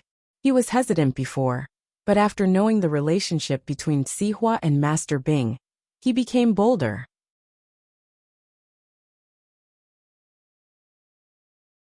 Chapter 545. Chapter 545. Falbert's true strength. Mr. Pinliang, please. Falbert gestured for him to leave. Pinliang nodded silently and left the office. He knew that Falbert wouldn't be able to send him back this time. He didn't want to embarrass himself, so he didn't mention it. Follow him. Check on Yao Yao's situation. Peng Zhan ordered Falbert after Pinliang left the office. Yes, Mr. Chu. Falbert nodded and left the office. He said to Pinliang, Mr. Pinliang, let me send you back. Pinliang was overjoyed. What did this mean? Did it mean that Peng Zhan still wanted to reconcile? Pinliang's mood brightened up at the thought of this. He was very confident that Peng Zhan would agree to this in the end. Then, I'll have to trouble you, Falbert. Pinliang was already acting like a live-in son-in-law. Falbert didn't say much. He went downstairs with Pinliang and got in the car. Where are you going, Mr. Pinliang? I'm going home. Pinliang thought. He couldn't let Falbert see through him. Yao Yao is still waiting for me at home. I have to go back early. If she's hungry, I'll have to make her instant noodles. Oh, since Miss Chu is at your house, and you haven't eaten yet, come with me to the restaurant. Falbert said. I prepare food for Miss Chu every day. All right, give it to me then. Pinliang nodded. He was glad that he had dinner now. After getting dinner from the restaurant, Falbert sent Pinliang to Pinliang's villa. Falbert wanted to go up with Pinliang, but Pinliang stopped him. Mr. Zhong, I'd like to see Miss Chu and ask if she needs anything. It's getting late, so I'm afraid I can't go back yet. I'll go buy some toiletries for her. Falbert explained faintly. Oh, that no need.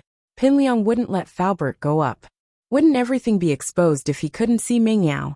He quickly waved his hand and said, Falbert, Yao Yao is definitely not wearing clothes at this moment. If you go up, it is not convenient. Oh, then why don't you go in and let her put on her clothes? Falbert suggested. It's not convenient for her. You should know that it's the first time for a girl. It's not convenient for her to wear clothes. Pinliang had an idea. Plus, I have toiletries in the guest room. I'll just get her a set. If that's the case, then forget it. Go up yourself. Falbert passed the lunchbox to Pinliang and went back into the car. Pinliang took the lunchbox and quickly went upstairs to his room. He looked out the window and saw that Falbert's car had already left. He let out a sigh of relief. Finally he left. I almost didn't manage to hide it from him. Thank God I was smart, or else I would have failed miserably. As long as he could endure these 2 days, Peng Zhan would have a plan, and he would be able to see the light of day. Pinliang opened the lunchbox in front of him and found that it was quite a sumptuous dinner. He couldn't help but eat quickly. In fact, Falbert's departure was just a facade. He didn't leave directly. He drove around and parked the car in a corner. He got out of the car and went to Pinliang's villa, hiding behind a transformer box. He looked at Pinliang's window on the second floor. Pinliang was still there. Falbert let out a sigh of relief. He was afraid that Pinliang would slip away in a blink of an eye. But it seemed that Pinliang didn't leave directly. He didn't know if it was because he was being cautious or something else. After reporting the situation to Peng Zhan, Falbert continued to stay here to keep an eye on Pinliang. Peng Zhan arranged for Falbert to come here, so that Falbert could figure out what was going on with Meng Yao and Yushu. Peng Zhan and Falbert didn't believe that Pinliang would be so stupid as to leave Meng Yao and Yushu at home. That was suicide. What Pinliang said before was just a lie. What Peng Zhan and Falbert couldn't be sure was whether Pinliang did anything to Meng Yao or not. In this case, Falbert could only follow Pinliang in secret and find Meng Yao's prison location. Only then could they investigate clearly. Pinliang wasn't that stupid. Although he didn't see Falbert's car from the window on the second floor, he didn't dare to go to the cave on Mount Shuangyan under these circumstances. Before Peng Zhan made a clear statement, It would be a waste of time for him to go. Plus, there was enough food and water in the cave. The two girls wouldn't starve to death. After dinner, Pinliang watched a horror movie for a while and went to sleep. Fabai had been discussing the demolition with Master Bing and Sihua these past few days. He didn't have time to go home at all. How could he let go of this opportunity to build a relationship with his backer?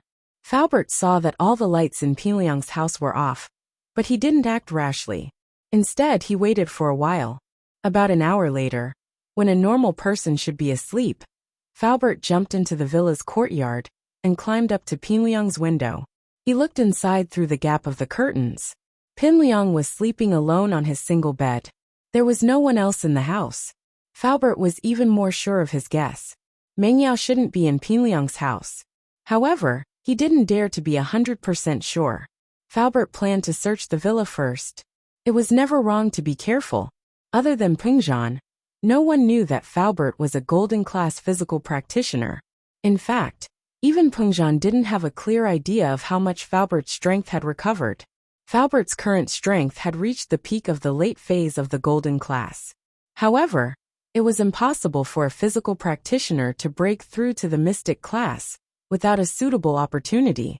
So physical practitioners like Gong Gao, who were in the early phase of the mystic class, were very rare. Because Faubert only trained his physique, he used his body to achieve strong strength. The energy waves in his body weren't much different from a normal person. So Linny couldn't detect his true strength. Unless Faubert gathered his strength and attacked, Linny wouldn't be able to detect it. However, when he was with Faubert, Faubert almost never attacked.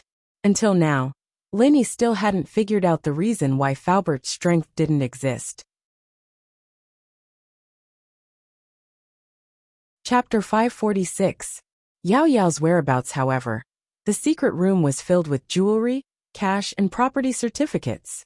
Faubert wasn't interested in these things. After confirming that Ming Yao wasn't in the villa, Faubert left the villa quickly. Faubert was sure that it was impossible to hide one person in the villa, let alone two people.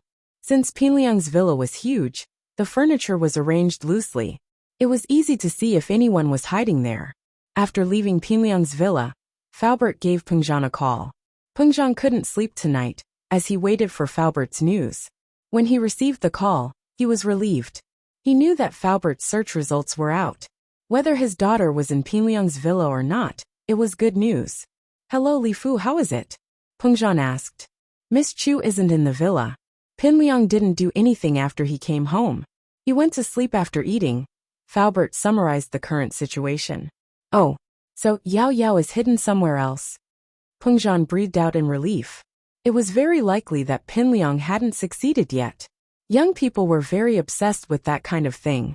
Pengzhan didn't believe that Pinliang wouldn't do it again after the first time.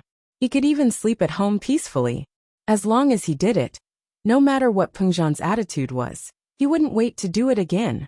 Even if Pengzhan sent him to prison, he would do it after he had done it, right? If Pengzhan acknowledged him as his son-in-law, it would be normal for him to do it. How could he hold back? That must be it. Faubert said. "Mr. Chu, I think Miss Chu is fine. Pinliang hasn't succeeded yet." "I think so too." Pengzhan smiled. "Li Fu, I'll have to trouble you. Follow Pinliang closely and pay attention to his movements." "I understand, Mr. Chu. Don't worry." Faubert knew how important Pinliang was. As long as he followed him, he would definitely be able to find Ming Yao. Faubert wasn't worried that Pinliang would send someone else to look for Ming Yao. Some things could only be done by Pinliang himself. He couldn't ask someone else to do it for him, could he?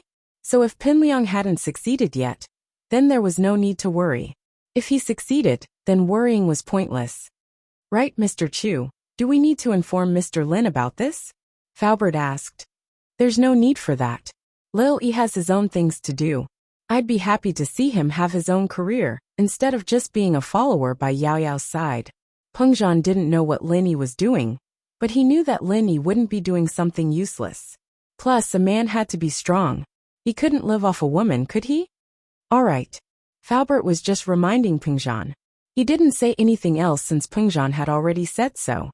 Pinliang slept through the night, and went to school as usual the next day. Fabai had been busy with Master Bing's company for the past 2 days, so he didn't have time to send Pinliang to school. Pinliang took a taxi to school on his own. Faubert followed him from afar, confused.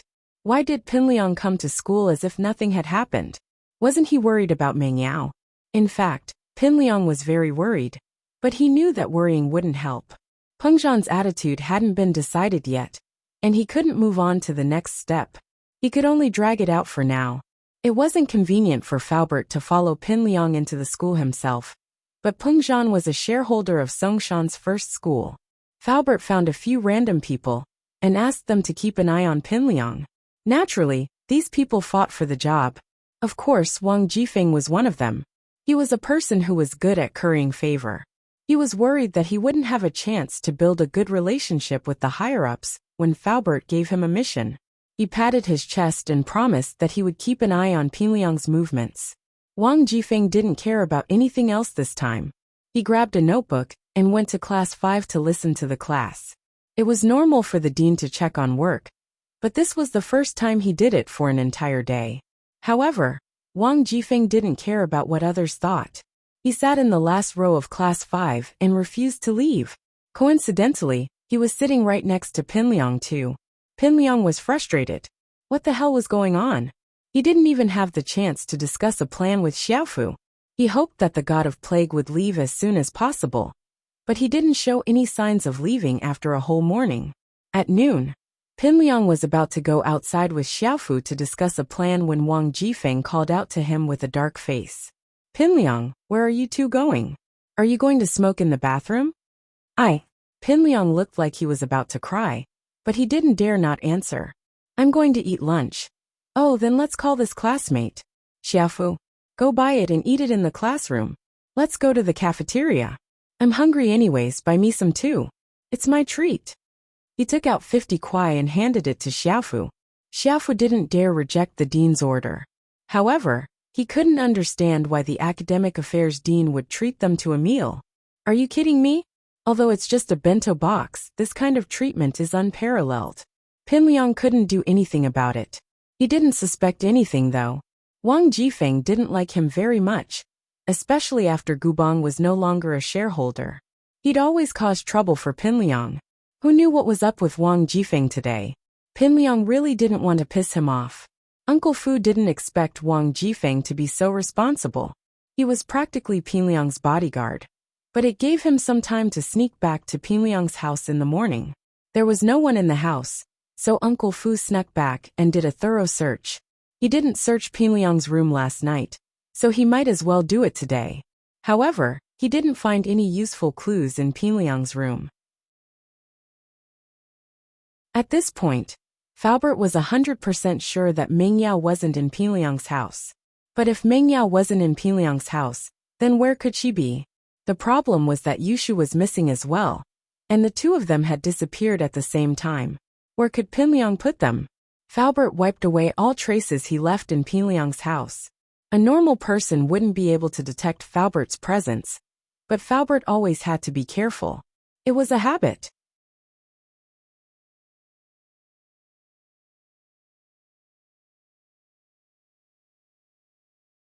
Chapter 547.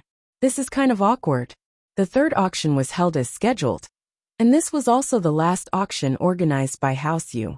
In this auction, Lenny didn't have anything that he wanted to bid for. Originally, he didn't want to participate, but because the last auction item was a deluxe edition of the injury medicine provided by his company, Lenny had to participate. It was reasonable to say that the third auction was the main stage of the auction, and it was the time for the big families to make their moves. However, Lenny was not a person who attached himself to the arts, and he had no interest in the real top-grade jewelry and antiques. Boss, is there nothing you like? Fatty Lai asked worriedly when he saw that Lenny didn't give him any instructions, and just put the catalog aside. There's nothing worth me making a move. Lenny shook his head. If you like something, just do it. I'm going to sleep for a while. Fatty Lai smiled bitterly. Lenny was probably the only one who slept in the third round of the auction, wasn't he? Xiao Xiao was still sitting beside Lenny, Even if Lin Yi wanted to kick her out, she wouldn't leave. So Lin Yi didn't bother to say anything. Hey Lin Yi, do you think I'm the girl who knows the most of your secrets?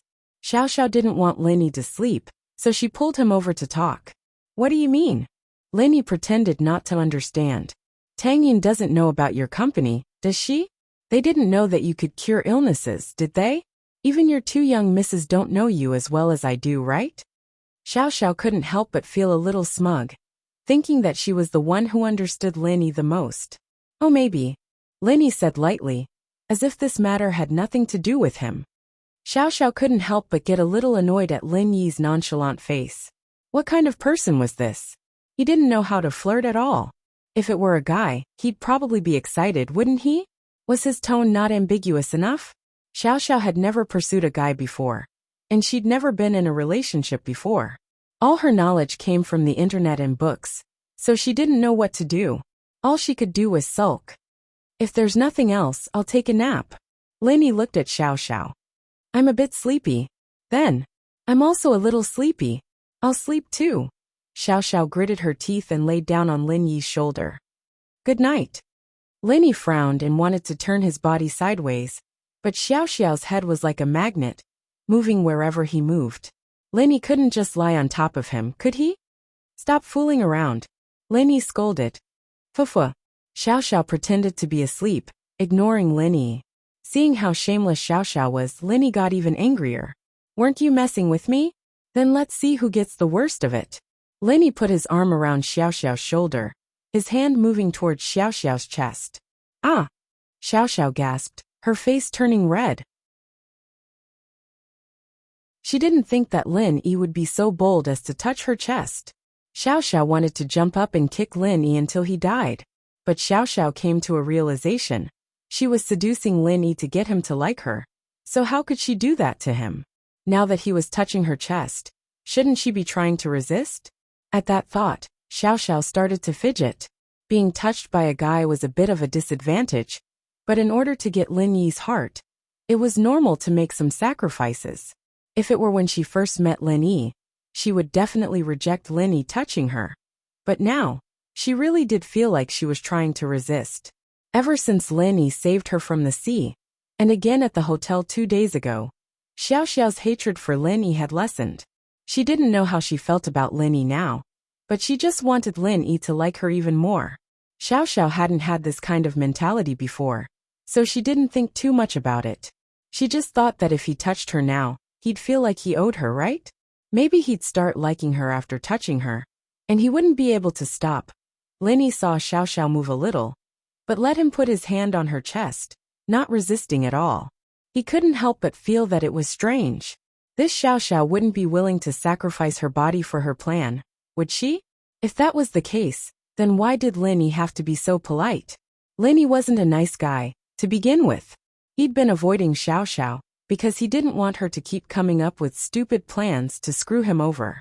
Now that Xiao Xiao was offering herself to him, there was no reason for Lin Yi to reject her. Plus, this was Lin Yi's first time actually touching a girl's chest. He and Yushu had only had a short misunderstanding before, so how could he touch her like this?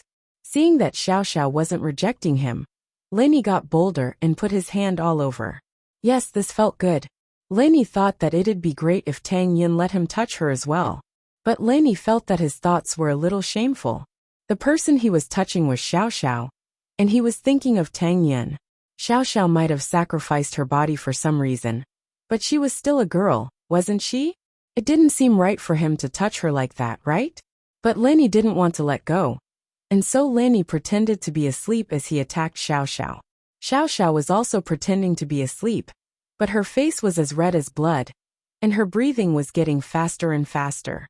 Finally, she couldn't take it anymore and hugged Lin Yi tightly, pressing her forehead against his chest, moaning softly. No one knew what she was saying. Lin Yi felt a little awkward as he realized that he'd gone too far.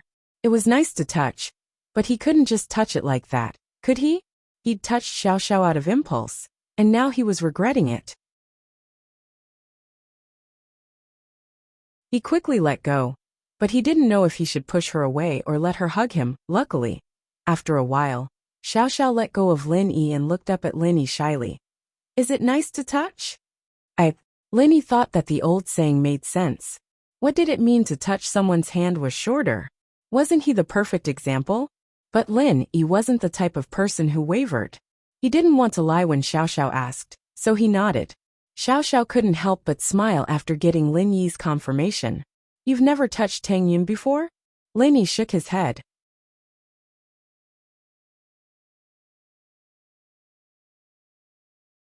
Chapter 548. The same hardcover. Lin Yi wanted to say that he touched Yushu before, but he thought that it was a misunderstanding, so he nodded. It's my first time being touched. Xiao Xiao's smile turned shy. Lin Yi sighed. They weren't going to talk about taking responsibility, were they? This made Lin Yi feel awkward. It's fine, I'm doing this voluntarily.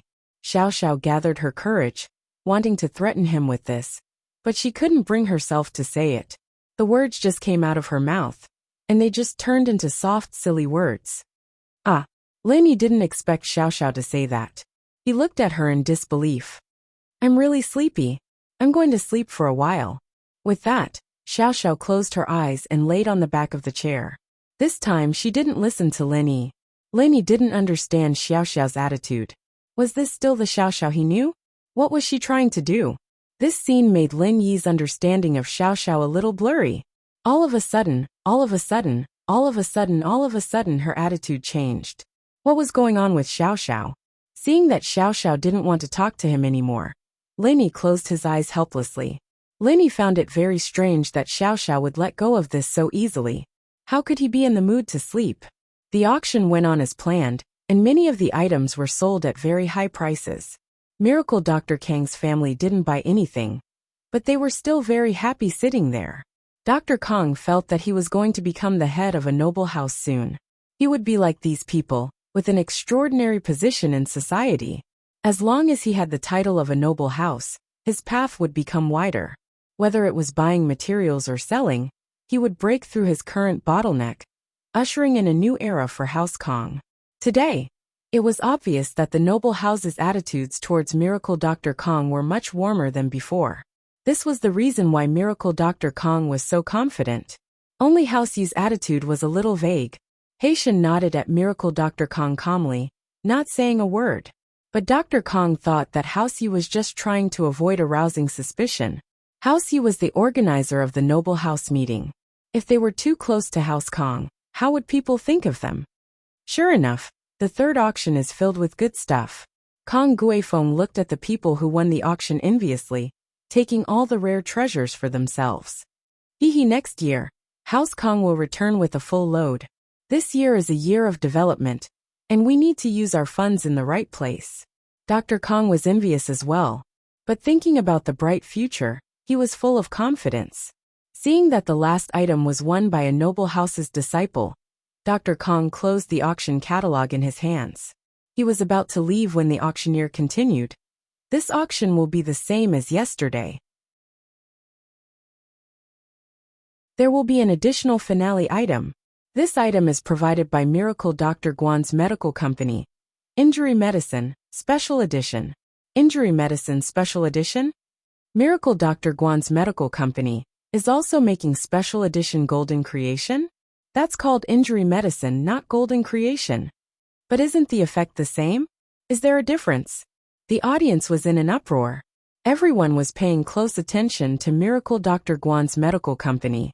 In the first auction, the 3-pill of life extension and toxin cleansing, provided by Miracle Dr. Guan's medical company, were sold at a sky-high price. So, the third auction item, that was added at the last minute, had everyone talking about it. But after hearing the name, most people thought that it was something similar to the Golden Creation that Dr. Kang's medical company provided yesterday. Dad, why did Guan Xuemin come up with something similar to our Golden Creation? Does he have the formula for our Golden Creation as well? Kang Guifeng frowned when he heard the name of the injury medicine. They're calling it injury medicine, so it should be different from our Golden Creation. Besides, it's hard to say if it's effective or not. Dr. Kang wasn't that worried. His Golden Creation's formula was a secret, and no one would be able to analyze it. Even if they did, the ingredients were rare, and they couldn't be mass-produced. Most of the suppliers in the country were monopolized by House Kong. You must be copying us. Kong Guifeng scolded unhappily. How shameless. And he's still calling himself Miracle Dr. Guan? That's a pretty good imitation. Imitation is imitation. It won't achieve anything big.